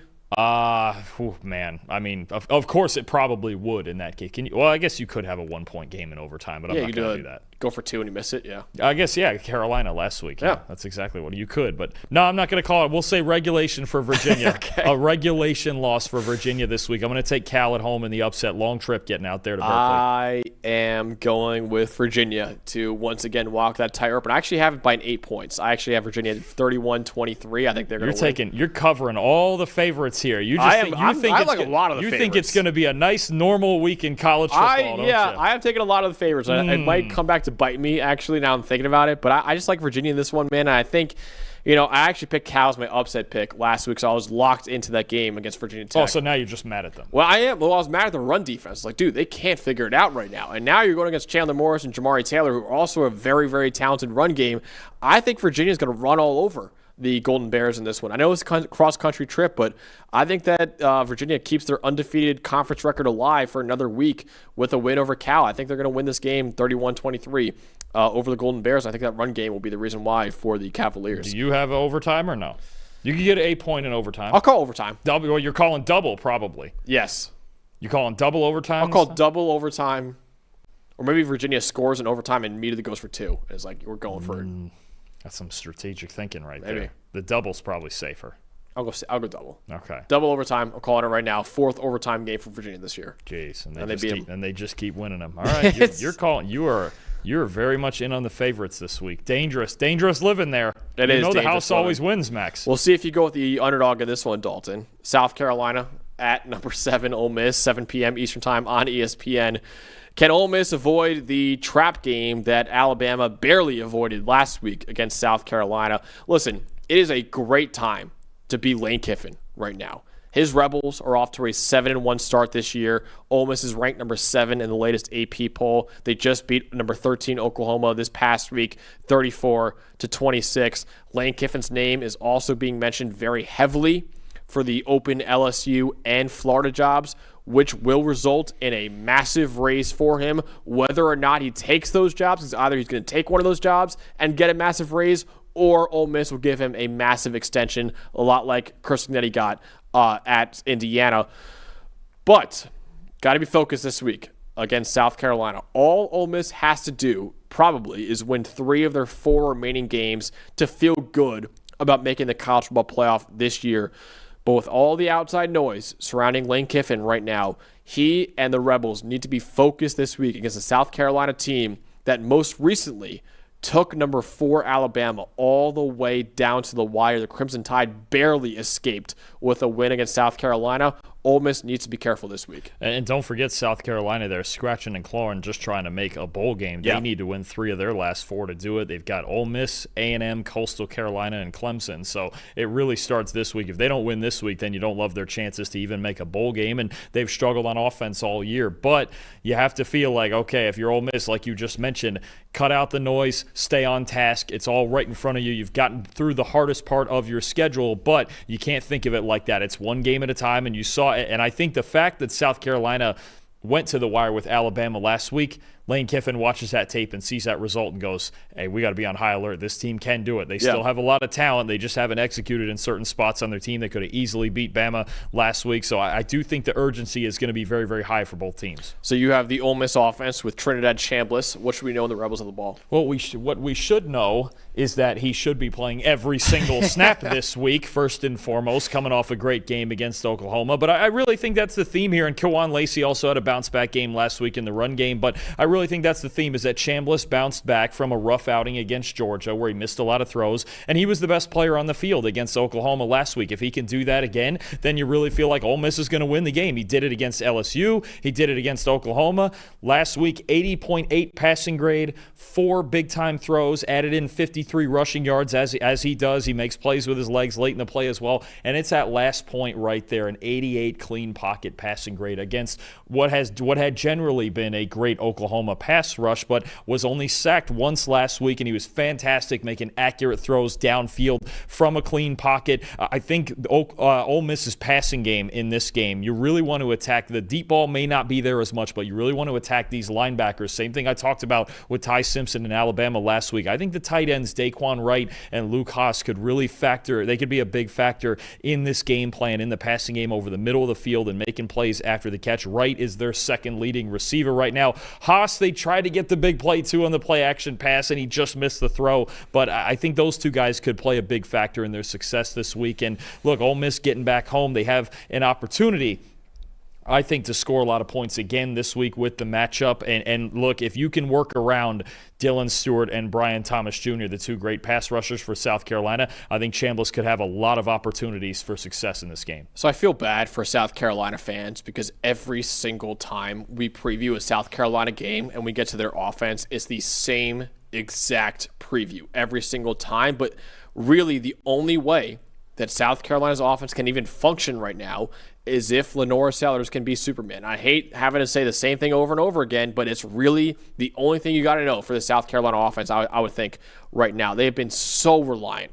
on him to play that role of Superman this year. And listen, he put on his cape against Alabama this past weekend. He forced 10 missed tackles on the ground, 105 rushing yards after contact against Alabama as well. He leads all Power 4 quarterbacks with 397 rushing yards after contact and 38 forced missed tackles this year, but he's been far less efficient as a passer with only a 68.5 passing grade. Ole Miss has had some issues with mobile quarterbacks this year. Taylon Green at Arkansas is a very similar skill set to Lenora Sellers. Taylon Green ran for 115 yards and a touchdown in a close loss to the Rebels. Gunnar Stockton and Jake Retzlaff at Georgia and Tulane, both of them ran for over 50 yards against Ole Miss as well. If Ole Miss contains Lenora Sellers within the pocket, it has a decided advantage over what's been a really bad offense otherwise for South Carolina. But if you let Lenora Sellers get outside the pocket and make plays with his legs, just like last week against Bama, that could be an opportunity for South Carolina to get a really big upset. And it'll be a different element for Ole Miss in this matchup this year because they beat South Carolina 27-3 at South Carolina last year, but Robbie Ashford played because Lenora Sellers was hurt. So they have not seen Sellers before, and I think they're going to be full aware that his legs are the most dangerous part of this team. You have to keep him in the pocket. You have to make him hand it off as much as you can on read options. If you do that, it's only so often that he can lead the team to big plays because that's really the biggest thing you see with this offense is that they're like that. They're like that team in baseball that leads the league in home runs but also leads the league in strikeouts, and that just comes – the strikeouts come a lot more than the home runs, obviously, with the way things work. I just think – you're right. It's the same thing every week is how far can he carry them? Last week it was to 22 points and a close game against Alabama, and then it was actually him that fumbled at the end that gave Bama their last touchdown effectively. But no, I mean, their offensive line has struggled. Nick Harbor's been inconsistent. He's been a deep threat, but there's not been much in between. And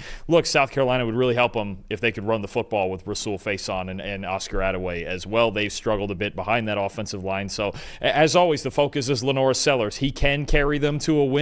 Will he do it this week? We'll find out the hard way. Yeah, just really limited the big plays as a passer and runner because they're going to try to take some deep shots in this one too, to Nick Harbor as well. So Ole Miss has got to be ready for that right now. And Ole Miss right now is 52nd in coverage grade this year. So be a little careful and be on high alert for Lenora Sellers as a passer and runner with the deep shots as well. All right, Dalton.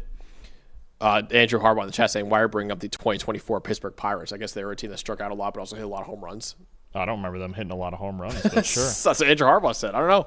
Wow. I mean, you know me. I'm watching the Mets every night, so I don't catch all the Pirate games. You watched the entire game last night, right? I mean, I tuned in after the Chiefs game was about over. I tuned in, and it was probably the 7th inning. Oh, yeah. I'm not a huge baseball guy, but that was one of the best sporting events I've ever seen. Yeah, 18. That was an incredible 18 innings is always something. Some of the best defensive plays I've ever seen, too. I sat through an entire 18-inning game in person one time. Yeah. Damn. And they stopped serving beer. It was 7th inning, so you got to go through 11 innings. Yeah, it was those poor fans sobered up and got hungover all while the game was still going on. Absolutely. It was they might have gone to sleep and woke up. It was tomorrow and then it was still going. I sat through 18 innings one time. It was fun. Don't get that much anymore. What a ball game we had yesterday, and what a ball game hopefully tonight we'll get to with Otani on the mound too. But back to college football, who wins between Ole Miss and South Carolina? I'm taking Ole Miss. I mean, look, South Carolina, they had the home cooking going last week. They still couldn't pull it out. Sellers is always a threat, and you feel like he can make a few big plays on this Ole Miss defense that is solid, and I think actually did, other than one Xavier Robinson, run a really nice job in run defense last week. But they still have too many advantages here, and as long as Chambliss keeps playing well, I like their chances. I'm going to go Ole Miss 31. I'm going to give South Carolina 23 points here. I think Sellers can make a handful of big plays that keep him in it, but overall Ole Miss is just better, and the inconsistency of this South Carolina offense really sinks him again. Yeah, I think Ole Miss is going to win this one 35-17. I have Ole Miss, once again, covering that spread right now. I think they'll do a good enough job of containing Lenora Sellers, and also I think that the South Carolina secondary is going to struggle to keep up with a explosive passing attack that Ole Miss has right now with Chambliss, those receivers, and of course Lane Kiffin drawing up plays too. So I've Ole Miss winning this one 35-17. All right, some massive games left. We have 4 games left, and all of them are pretty huge. But before we get to that, got to talk about the sponsor of the show. That is Fabric by GerberLife. Parenting is filled with high-pressure decisions, and it can be difficult to tell if you've made the right choice for your kid's future. But here's a simple decision you can make today that can have a meaningful impact on your kid's future, and that's opening a UGMA Kids Investment Account with Fabric to start their investment journey early and give them a financial head start. Fabric by GerberLife was designed by parents for parents to make it easy to plan for and manage your family's financial path. With a kids investment account from Fabric, you can start investing in your child's future today. Kids can't invest when they're minors, but a UGMA Kids Investment Account allows them to invest on their behalf now and gives their investments more time to grow. There are no contribution limits, multiple tax advantages, and they're SIPC insured up to $500,000. Plus, no commission fees and just a low, flat monthly maintenance fee. Fabric has partnered with GerberLife, trusted by millions of families like yours for over 50 years.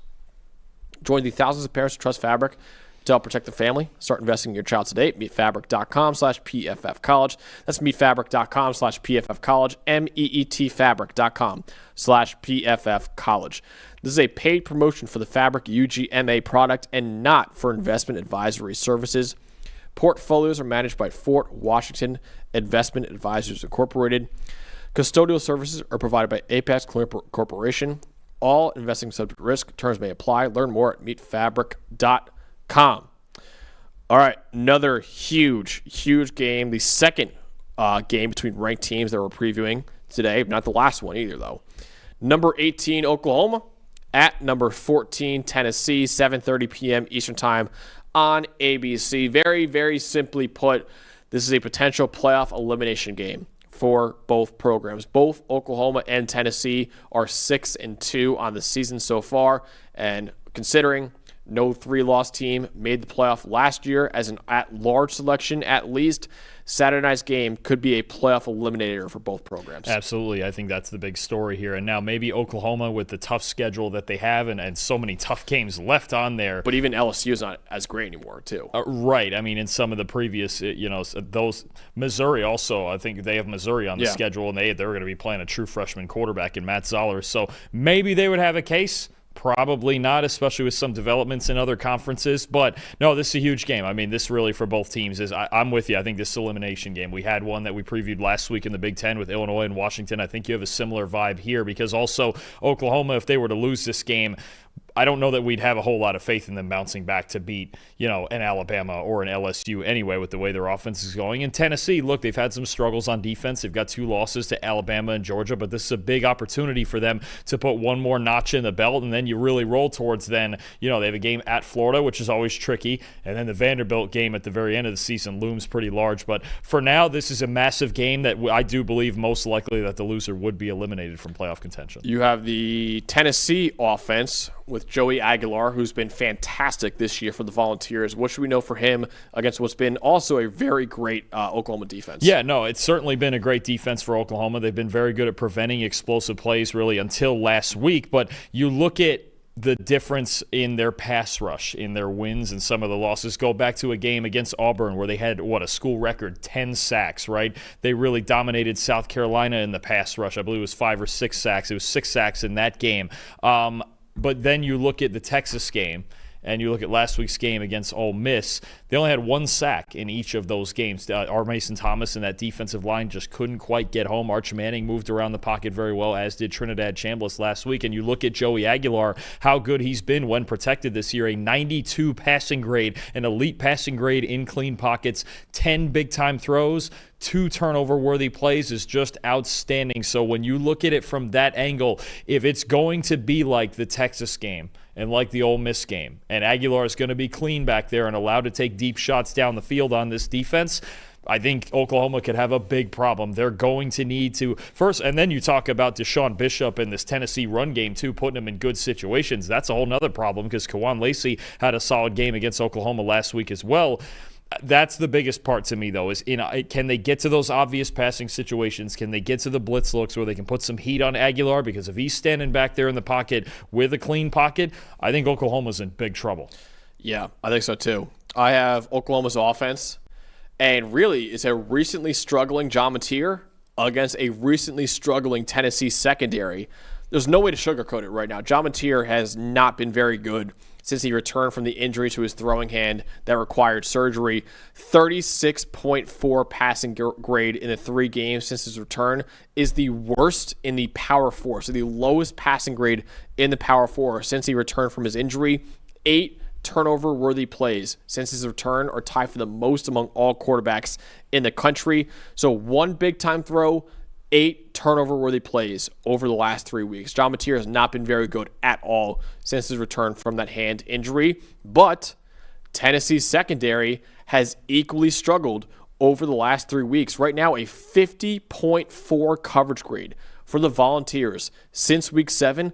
That's the second worst in the Power 4. They've allowed at least 31 points each to Arkansas, Kentucky, and Alabama.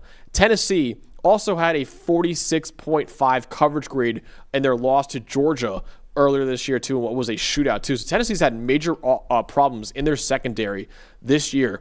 The Volunteers very, very clearly missed their star corner, injured Mod McCoy, who is still a projected top 20 pick in the 2026 NFL Draft, despite missing all of this year so far with a torn ACL that he suffered in January. Without him, this secondary, I know they got Colton Hood, who's a pretty good player, but other than that, Dalton, they have really struggled in that secondary this year. Yeah, they have found themselves in a lot of shootouts, even in their losses, especially you go back to the Georgia loss, right, 44-41, and I think that's going to be a big story. You've got almost the stoppable object against the movable force, or maybe it's the other way around. Yeah, the movable object against the stoppable force, something like that. But either way, I mean, that's what you get is inconsistency on both sides in pass defense for Tennessee, and really, to me, the entire Oklahoma offense. I've talked about the struggles and inconsistency of their run game. I thought last week, outside of the one big touchdown run from Xavier Robinson, it was same old struggles in the run game against Ole Miss. Isaiah Sategno's really become their biggest playmaker. Deion Burks under 65 receiving yards in 6 straight games. Jaron Kanek's gone,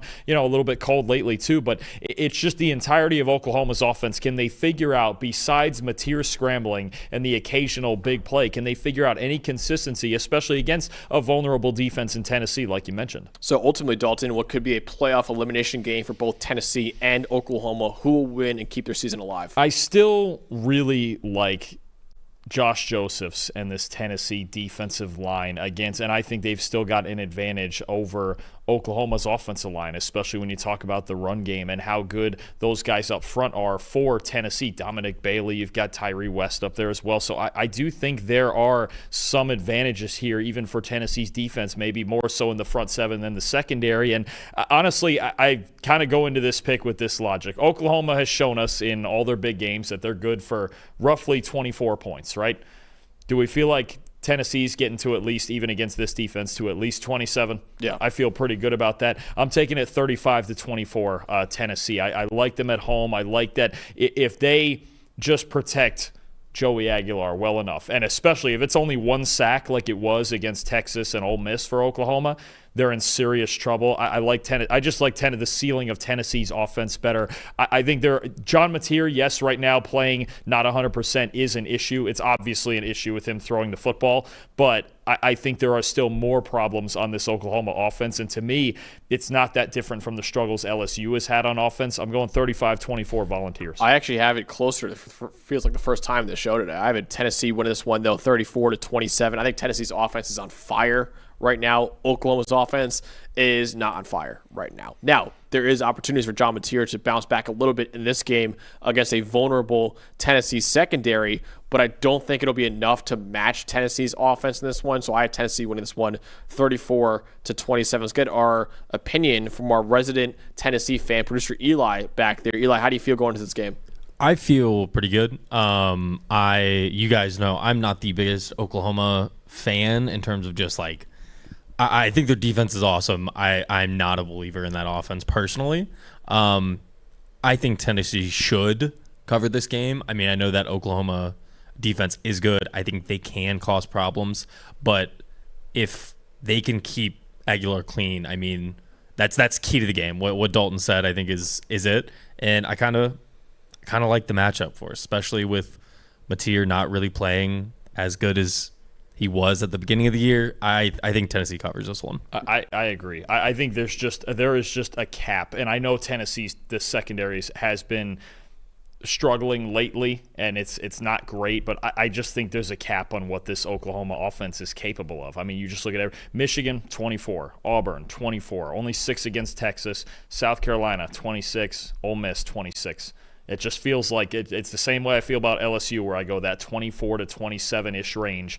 That's the ceiling. That's what they're going to put up. Maybe they'll put up again on the high end of it, 26, 27 points again, but I like Tennessee's ability to get there and surpass that. They've only scored less than 34 one time this season, and that was against Alabama. Yeah, I'm excited to watch an individual match I'm excited to watch is the true freshman right tackle David Sanders, who actually played really well this year, who's a 5-star recruit coming out of high school, against R. Mason Thomas and that Oklahoma defensive line, too. It could be fun. Agreed. Yeah. No, absolutely. If they can get pressure, then that's when they start to have a shot, right? Last week you saw when the moments they did get pressure, they had a chance. It just didn't come often enough, and that was the same case against Arch Manning. And they got pressure on Arch Manning, but they couldn't bring him down. They have to be able to bring Aguilar down to win this game. So we're all going with Tennessee in this one. Dalton, we have some updates in the chat right now. Andrew Harbaugh saying, listen, Dalton, we hit a ton in 2024. We couldn't pitch, and now in 2025 we were lights out pitching and then couldn't hit the broadside of a barn. That's all right. When I went to Pirates. when I went to that Mets series in Pittsburgh, you beat us 30-3. So I have all the respect in the world for you because I don't really have any choice. And Jay Thomas in the chat shouting out, I sat through a 14-inning game one time to watch Daniel Murphy commit a game-losing error. I'm sure Dalton will appreciate that. Yeah, and the worst part about that is I would remember the specific instance, but I'm sure that happened more than once because Murph was a fantastic hitter, and that was an entire team in those seasons. I guess he's a Met, I'm guessing? Yeah, he was our second baseman for a while, and that was a team. And Murph could really hit. The whole team could really. It was like the story of that 2015 team that went to the World Series is we had everything, but our defense was just not good. Is he like a toned-down version of Derek Jeter, where it's like a great hitter but just a terrible fielder? I mean, kind of. That's kind of like getting into lofty territory, but yeah, kind of. I'm not saying as good as Jeter was. He was one of those players who didn't necessarily. His position was hitter. He didn't have. We tried him in left field. It didn't work. We already had a first baseman. His second base, he was there by default. It was kind of one of those things. But yeah, those are the ones that are rough. When you get to those games in extra innings, when you lose by an error, a hit by pitch with the bases loaded, or so, those are actually worse than just giving up like the walk-off bomb. I mean, not a lot of errors, at least in the extra innings yesterday, man. I mean, like I said before, some of the defensive plays we saw last night were crazy. Oh yeah, no, unbelievable plays. It was and now they got to turn around and play another one. I know. Jeez. God, I can't wait. I can't wait for that game tonight. I can't believe I'm saying that too. I'm not really a big baseball fan, but this World Series right now has been unbelievable so far. Let's get to the next game. Number 8 Georgia Tech at NC State, 7:30 p.m. Eastern Time on ESPN2. Georgia Tech looking to continue their undefeated season right now. Their first 8-0 start since 1966. The Yellow Jackets haven't even won 8 games in a season in the 9 years before this year. They'll try to further stake their claim right now as a legitimate contender to win the ACC title right now. They're actually the favorite on DraftKings Sportsbook to win the ACC championship this year against NC State this weekend. The Wolfpack have lost 4 of its last 5 games, but are still, as you can see right there, only 5.5-point home underdogs against the undefeated Yellow Jackets right now, according to DraftKings Sportsbook. No, this NC State team is spunky because they got Hollywood Smothers and C.J. Bailey in that offense. They can score on a lot of days. Their defense isn't great. They've had moments where they've really faltered, and teams that can run the ball on them, like Virginia Tech, also can have success on them. But no, this is a talented football team that generally keeps themselves in all of the games that they play. And again, road favorite, pretty good team in NC State. Georgia Tech, don't take this for granted. It's not, they're another one where we've talked about, their schedule through the ACC and then just getting to the Georgia game, 11-0 and all of that. This is a type of game that can be dangerous. I think this and the Pitt game, those are going to be the 2 dangerous games here for Georgia Tech. So you have the Georgia Tech offense in this one led by a Heisman candidate quarterback right now in Haynes King. What should we know when he has the ball in this game? Absolutely. You've got Haynes King, you've got Malachi Hosley, you've got Jamal Haynes. You got the Haynes & Haynes law firm backfield. You've got Malik Rutherford on all the jet sweeps. Eric Rivers figures into that conversation. The entire point of this Georgia Tech offense is to get to the outside as much as possible. Wash things down on the defensive line, pulling guys around, read options, jet sweep with options, Haynes King design runs, getting off tackle. Everything is designed to get off tackle in this Georgia Tech run game. On off tackle runs, 21st in the country in rushing grade, 5th in EPA per rush, 5th in yards before contact per attempt, and the 17th most explosive runs off tackle in the country. That's really what you have to figure out is your defensive line when you play against this Georgia Tech team. They're generally not going to be a huge factor because so many of these runs go to the outside. The good news for NC State, their 2 highest graded starters in run defense on defense are 2 of their linebackers, Kenny Soares Jr. and Caden Fordham. Those are the guys. When I talk about Georgia Tech and stopping this team, and you're going to hear me say something similar about Utah and Cincy when we get there later, linebackers are so key to your success. If you don't have linebackers that can read offensive lines and get to the football, and even against option football, know where it's going to be, you don't stand a chance. It's a good set of linebackers that Georgia Tech's going against. I think it's going to be a fun test, but you have to stop the outside running game, especially on early downs, if you're going to beat the Yellow Jackets. And in this one, too, you got to stop the run game because Hollywood Smothers has been a star running back for NC State this year. He's really been the engine of NC State's offense this season. The redshirt sophomore has 825 rushing yards so far. That's sixth among all running backs in the country. He's also sixth in the country with 22 explosive runs this year. And he's seventh in the nation with 528 yards after contact too. So Hollywood Smothers has been a phenomenal running back as a redshirt sophomore and a breakout player for the Wolfpack this year. Georgia Tech, meanwhile, has had significant issues bringing down ball carriers this year. They have missed a tackle on 19% of runs this year, the third worst rate in the Power 4. That's also compounded by the fact that Georgia Tech is only 92nd in the country in rushing yards before contact per attempt at 1.8. And if the Yellow Jackets stack the box to stop Hollywood Smothers, quarterback CJ Bailey is a solid passer who can hit talented pass catchers that NC State's got right now, like wide receiver Terrell Anderson and, of course, tight end Justin Jolie, too. So Hollywood Smothers is a very, very good running back, one of the best we have in college football right now. And Georgia Tech's run D has not been very good, but they can't stack the box either because NC State is more than capable of beating them through the air. Can Bailey keep it together when he needs to? Smothers is going to get his, and I think both teams are going to have success running the football. But Bailey, you look at this team that's lost 4 straight games to Power 4 teams. Against Duke, a 49.5 passing grade. Against Notre Dame, 34.3. Last week against Pitt, better, a 66.6 with 3 touchdowns. But can Bailey keep it together in big situations? And I do think, as I always talk about with these Georgia Tech games, who gets ahead early, who wins the first quarter. And, we had a game especially, actually a couple of games we've seen where Georgia Tech has had the ability to come back. The Colorado game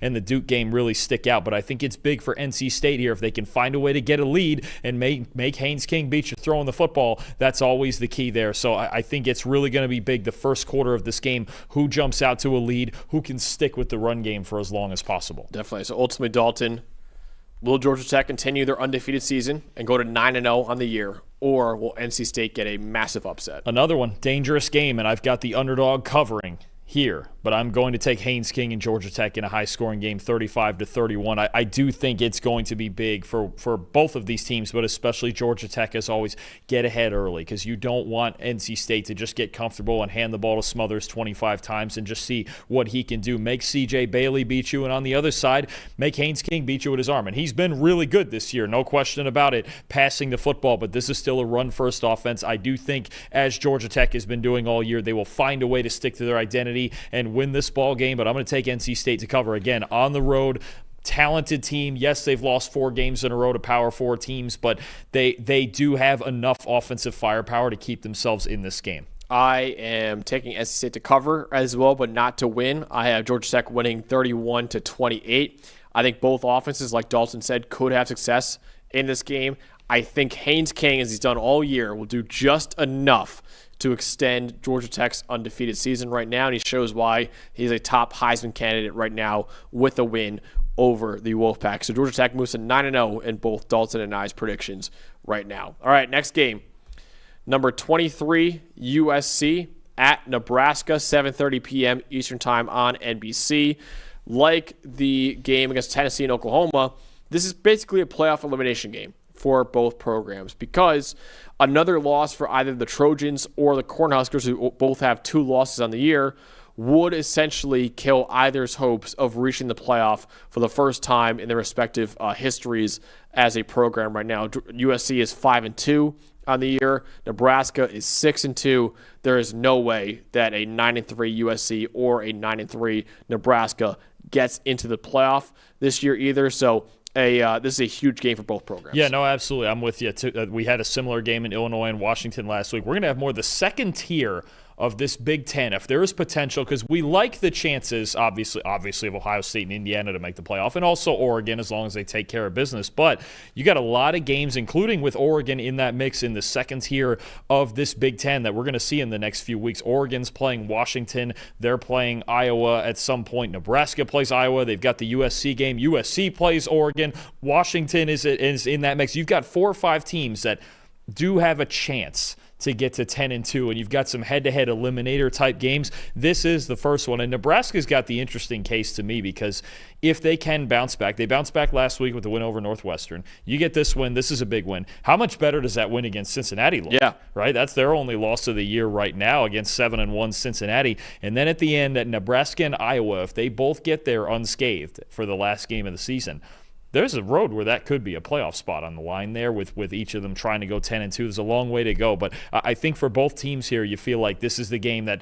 you have to stay alive with, right? Just survive and advance. This is, I think, the definition of survive and advance. Ben Anderson in the chat actually saying it's the first ever blackout at Memorial Stadium is that night, too. So it should be a raucous environment that we get in Lincoln. Adding a new dimension there. Okay. All right. Dalton, you have the USC offense who will be dealing with that fan base in addition to the Nebraska defense, but Lincoln Riley's offense has been, as always, a elite unit this year. It has been, and for the most part, we're going to think about Jaden Maiava and the deep ball, and Makai Lemon's been the best receiver in the country this year, and Jacoby Lane, and I really like the 2 tight ends they have, but we need to not forget, especially in this matchup, that despite some running back injuries, USC can still get up tempo and run the football too. I think that's a big factor in this game because what have we kept talking about as the kryptonite for this Nebraska team? They really struggle between the tackles, especially to stop the run. It's been an issue all year. The Cincinnati game they could have lost because of the run defense. Was it 300? Not 300. How much did Michigan rack up 300 yards on the ground against them?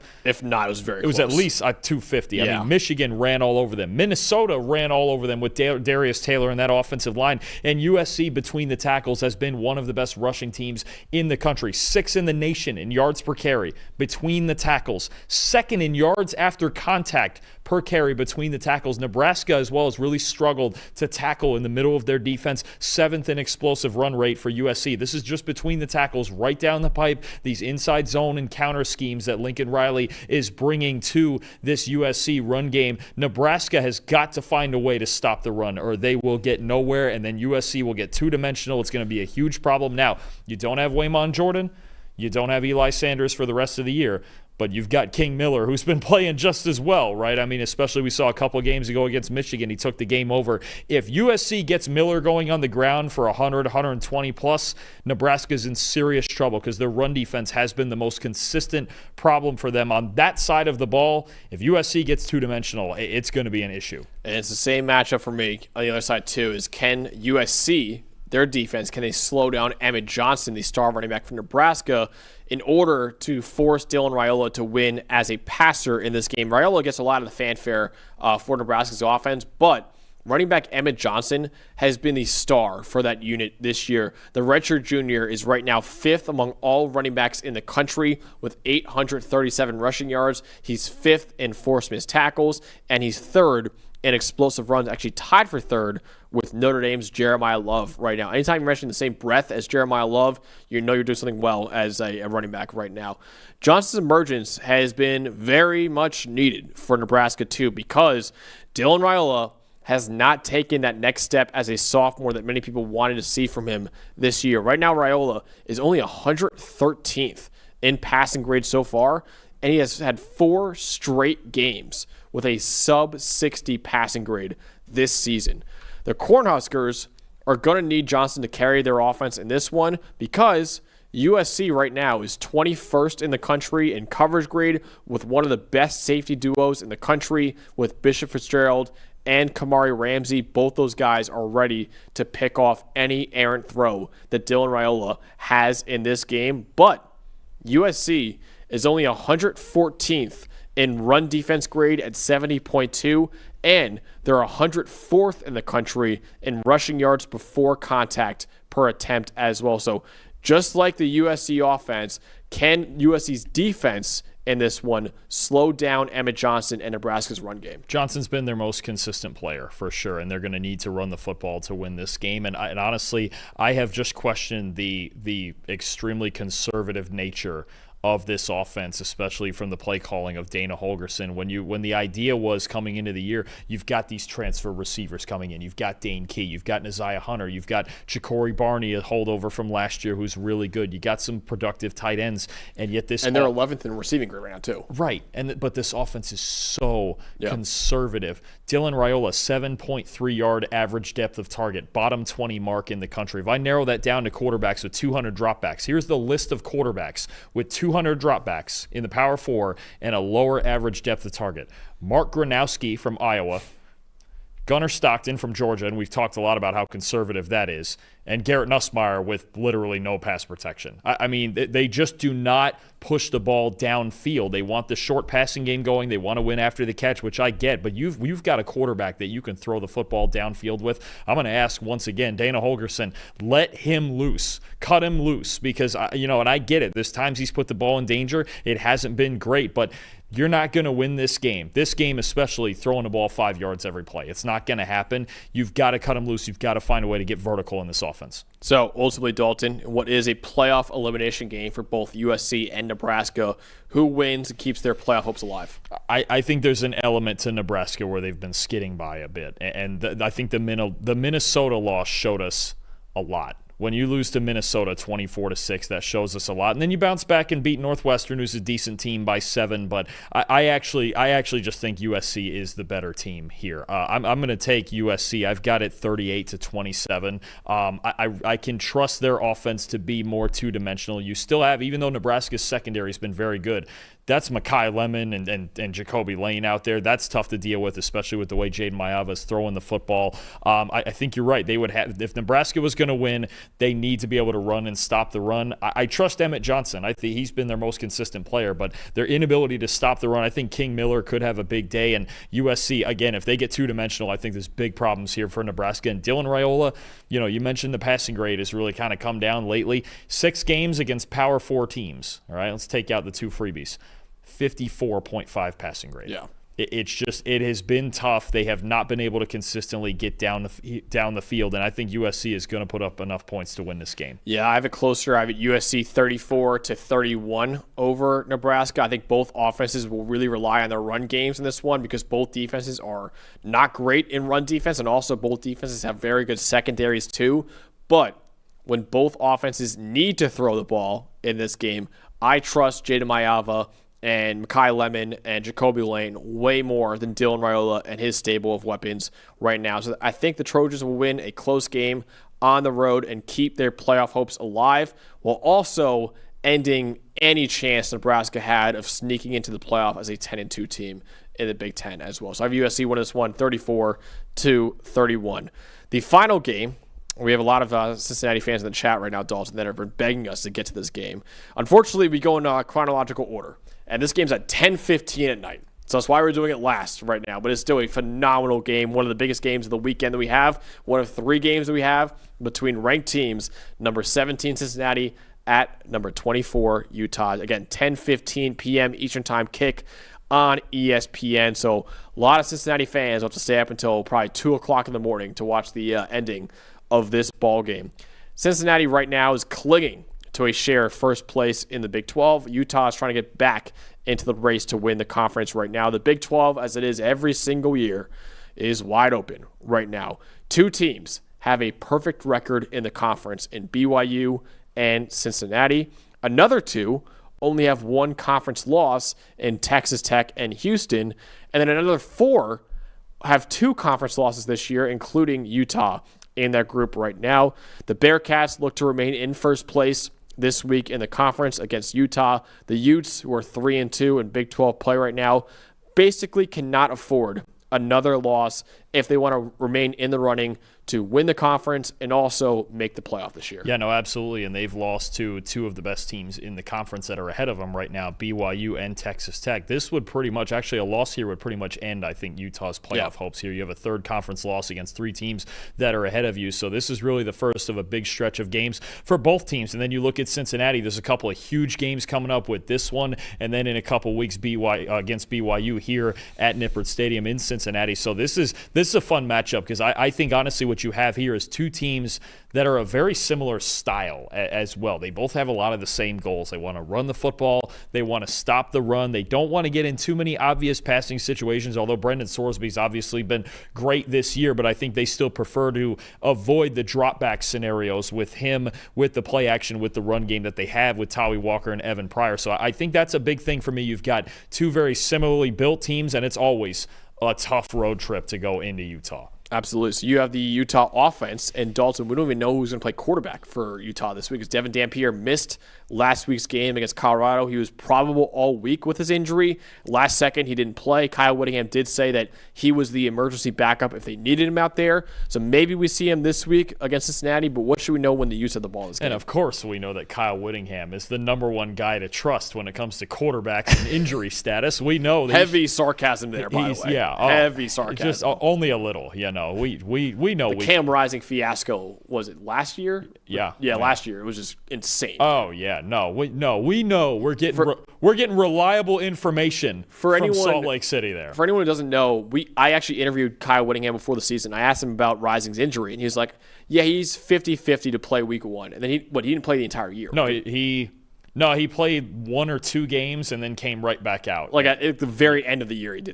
There was the Arizona State game was the one game he played early, and I think even he left that game at halftime. He was like, 50-50 to play week 1, and then doesn't play until week 11 or 12 probably. It was crazy. It was just, it was so certainly getting reliable information. Great poker player, Kyle Whittingham. Oh, absolutely. Yeah. No, well, hopefully not too good nowadays. But, I think what you have here with this Utah offense, and we talked so much about their run game in the past. Last year when we talked about the run game and this offensive line, it was so much about zone running and getting lateral and that sort of thing, right? This year with Jason Beck as their offensive coordinator, it looks a lot more actually like Georgia Tech's offense, who we just talked about in this other preview, where they're pulling guards around, they're getting off tackle, they really want to run to the outside, they still want to get behind Spencer Fano. It's just a little bit different this year with the way that Jason Beck runs it, again, similar to Georgia Tech. What does that mean?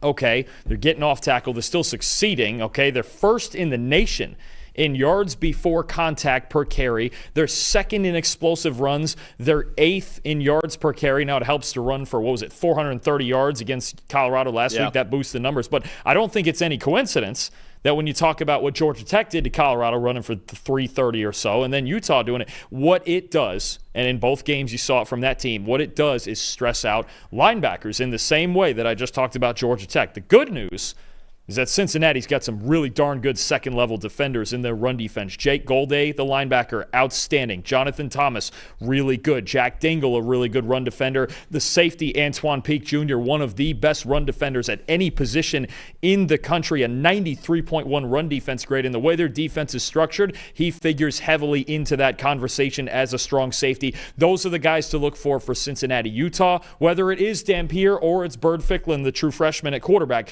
They're going to want to run the football. If they can run for 400 again, they will do it, and Jason Beck will run it every single play. But Cincinnati, I think that second group, and I know Dante Corleone is generally the name at nose tackle that you talk about, but schematically, this might not be his biggest game just because Utah's not running in the A-gaps like that. That's not what they do. A lot like Georgia Tech, they get off tackle, they stress out your second-level defenders. If Cincinnati wants to win, it's guys like Golday and Dingle and Thompson and Peak that have to have great games. The artificial income is on a heater right now in the chat. He's a Utah fan. He says Sorsby does not take his cart back to the cart return thing. That's pretty messed up right there. That really is questioning some's character. Whenever I see someone do that at the grocery store, I'm like, dude, come on, man. Because I used to work at Aldi. You know the thing they do there for that, right? No. Have you ever been there? No. So they have all the carts locked together. Yeah. And they make you put a quarter in there to unlock it. Oh. So if you don't bring it back, you don't get a quarter. You lose money on it. Wow. Yeah, see that? Okay. That's actually smart. That's smart. And then they make people do it then. He also said Cam Rising is still probable right now, which is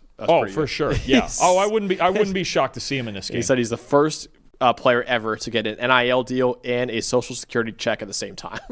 First one? I mean, we've had some guys that play a long time. Cam McCormick, Brandon Whedon didn't play in NIL actually. Never mind, because Brandon Whedon was 28 years old when he was playing quarterback. No, you get some. What is it? Rasul Faison's 25, isn't he? We got some old heads right now. Man, they're almost as old as you. I know. I'm about to 27 next week. I could still play college football right now. You could. Yeah. You still have eligibility. I think Hawaii's kicker is 26 years old too. The Tokyo Toe.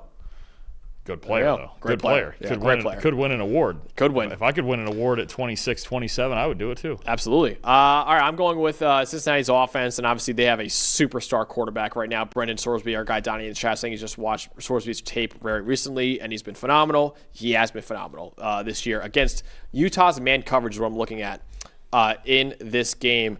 Right now, Brendan Sorsby has a 91.7 PFF grade this year. Only Ohio State's Julian Sayin has a higher PFF grade right now than Brendan Sorsby. How about that, Dalton? Both of the highest graded quarterbacks in the country are from our home state right now in Ohio. Man, only about, 90 miles apart, huh? Yeah, wow. Pretty good. Pretty good for Ohio right there. Imagine an Ohio State-Cincinnati playoff game. That would rock. That would probably wouldn't get it. We would go to it. Well, obviously. We might not get it here if Ohio State's going to be number one. Oh, yeah, true. But still, that would kind of rule. It would rule. Actually, you know what? They should actually change the venue in the quarterfinals to like a MAC place, like Bowling Green. Just make it very Ohio. Oh, that would rule. Or just play it at the Bengals Stadium. Play it in the NFL Could do that stadium. too. Well, I think it'd be more. Well, the shoe is actually bigger, so. But you could do that. But I think it'd be more Ohio to just do it at a random MAC stadium. That'd be. Oh no! You know what would rock? It's not big enough, so they wouldn't do it if they did it at Canton. Oh, that would be cool. That would be cool. All right, that's what we're doing. Anyway. Playoff committee, do that if you get Cincinnati against Ohio. But anyways, Brendan Sorsby, 6.8% big-time throw rate this year, 7th in the Power 4, 1.2% turnover-worthy play rate this year, is 2nd in the Power 4, so he's top 10 in the Power 4 in big-time throw rate and turnover-worthy play rate. He also has 428 rushing yards this year, top 30 mark among all quarterbacks in the country. He has been especially lethal at finding the soft spots in zone coverage. He has a 92.5 PFF grade against zone coverage, 2nd in the country, only behind Julian Sayin.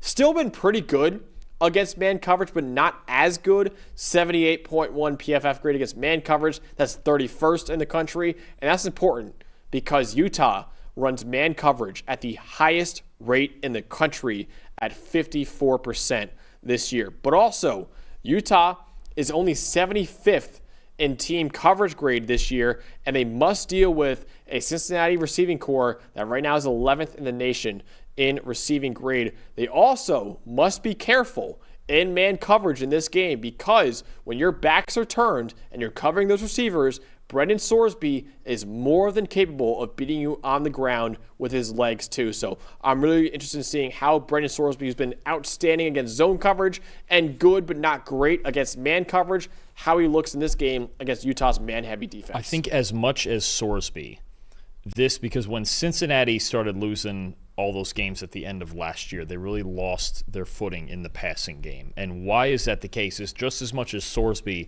their receivers could not get off of man coverage. They could not separate one-on-one, and they understood that, listen, the opposing defenses understood that we can press these guys and they won't separate, and Sorsby won't have anywhere to go with the football. I think this exact game and this scenario is the reason that they brought in Cyrus Allen from Texas A&M, Caleb Goody from Colorado State, Jeff Caldwell from Lindenwood. Obviously, Joe Royer is a good option to have at tight end, and he beats zone coverage more often, to be honest with you. But this is the reason. This game right here, and even eventually the BYU game, and they play a lot of man coverage too, right? This is the reason they overhauled the receiving core, is that in games like this, where teams feel like, okay, hey, we're not afraid to go press cover one, we're not afraid to jam these guys at the line of scrimmage and make Sorsby make a tighter throw. I have more faith in Sorsby that to be able to do that because he's had such a great year. This is the challenge game to me for Cincinnati's wide receivers. 1 or 2 or even 3 of them has to be able to step up and win one-on-one. I think it's the last real challenge for their offense. The run game's been outstanding. The offensive line is one of the most underrated units in the country. Sorsby's played great all year, and it's a good mention, too, with his feet because he can take off and run. He's a serious rushing threat by design or scrambling. But to me, the X factor here is Cincinnati's wide receivers. Their wide receivers on offense, their linebackers on defense, which we know is a strength. Those are the 2 units, I think, that if Cincinnati's going to get a win, that's how they got to do it right there. They got to win some one-on-one battles on the outside. Yeah, definitely. So ultimately, Dalton, in what is a massive game in the Big 12 right now, and a huge spread, by the way, too. Utah's favored by 9.5 points over Cincinnati. Utah is hosting ESPN's College Game Day this week, too, for this game. Who will win between Utah and Cincinnati? Listen, I think I've picked almost every underdog to at least cover in this slate. I think probably 10 out of 12 games we'd have to go through it again and look at the lines. I'm going to take Cincinnati to cover, as well. I think at 9.5 is ridiculous. Yeah, I think they're better than that, and they're not very far from being 8-0, and we'd be talking about them a whole lot differently, and their offense is getting better every week. You have two teams with the exact same goals. Dominate on the ground with multiple threats, get the running quarterbacks going, control the clock, control time of possession, be more physical. I'm going to take Utah 30-27 as the home team. I do think Cincinnati's wide receivers, that is something they need to prove, that they can beat a secondary like this and get off man coverage. But I think Cincinnati absolutely has a shot to go in and win this game. But it's those two groups to me. The wide receivers, who are still a bit unproven, and the linebackers, who are, but they're going to have to be on their A-plus game, and they gave up a good amount of rushing yards to Oklahoma State last week. So I do think Cincinnati absolutely has a shot. I'm going to take Utah as the home team, and I think the quarterback situation for Utah, it'll matter if they fall behind, but still the whole idea with Dampier or Ficklin is to be able to run the football. And if they can do that, they can still find a way to win. Watch out in this game, too, just like the Georgia Tech game, for who can get ahead early. And especially if there's an early mistake. Can somebody get ahead in this game by 2 scores? I'm going to take Utah at home, but I think this is a hard-fought, physical game with two teams that can really run the ball. Yeah, Utah at home is a major reason why I'm picking them, too. I have it 27-24, so also a 3-point difference like you had it right there. I think the Utes stay alive in the Big 12 race. I trust Kyle Whittingham, which I know I've been burned before, but I trust him when he said that Devin Dampier probably could have played this past weekend if they needed him to. They obviously did not need him to. I think he'll play this week against Cincinnati, maybe. And I know Burt Ficklin was very good against Colorado, but if he's out there against Cincinnati, I would probably pick Cincinnati actually to win the game. But I'll trust that Dampier is out there, all coming off the ankle injury against BYU. I have Utah winning 27-24. Like I said, stay alive in what is a wide open Big 12 race right now. That wraps up a loaded Week 10 preview show that we just had right there. Our next show won't be Sunday because our next show will actually be on Halloween on Friday, doing another 2026 NFL mock draft post-October edition. Your Jets are finally, Dalton, I believe, not picking first anymore. Picking second. We're second behind the Saints now. Just a few strength of schedule points there. But we play them later in the year, so that might decide it. Which, of course, knowing the way those two teams are going, will probably be tied. That might be the game. Maybe that'll be the game I call the tie. You should on. call a tie that. All right, I'm going to do it. We'll see. So I remember 2 months from now. We'll do a mock draft post-October edition on Friday. I don't know exactly what time yet. Probably be around noon, I would imagine, though. And then, of course, the Sunday show, 9 a.m. Eastern Time, breaking down a lot of, if not all of these games, plus anything else that we could see in what could be a spooky Week 10 of college football. For producers back there, and Tyler and Eli, for Dalton Wasserman, I'm Max Chadwick. We'll see you guys on Friday with our 2026 post-October NFL mock draft.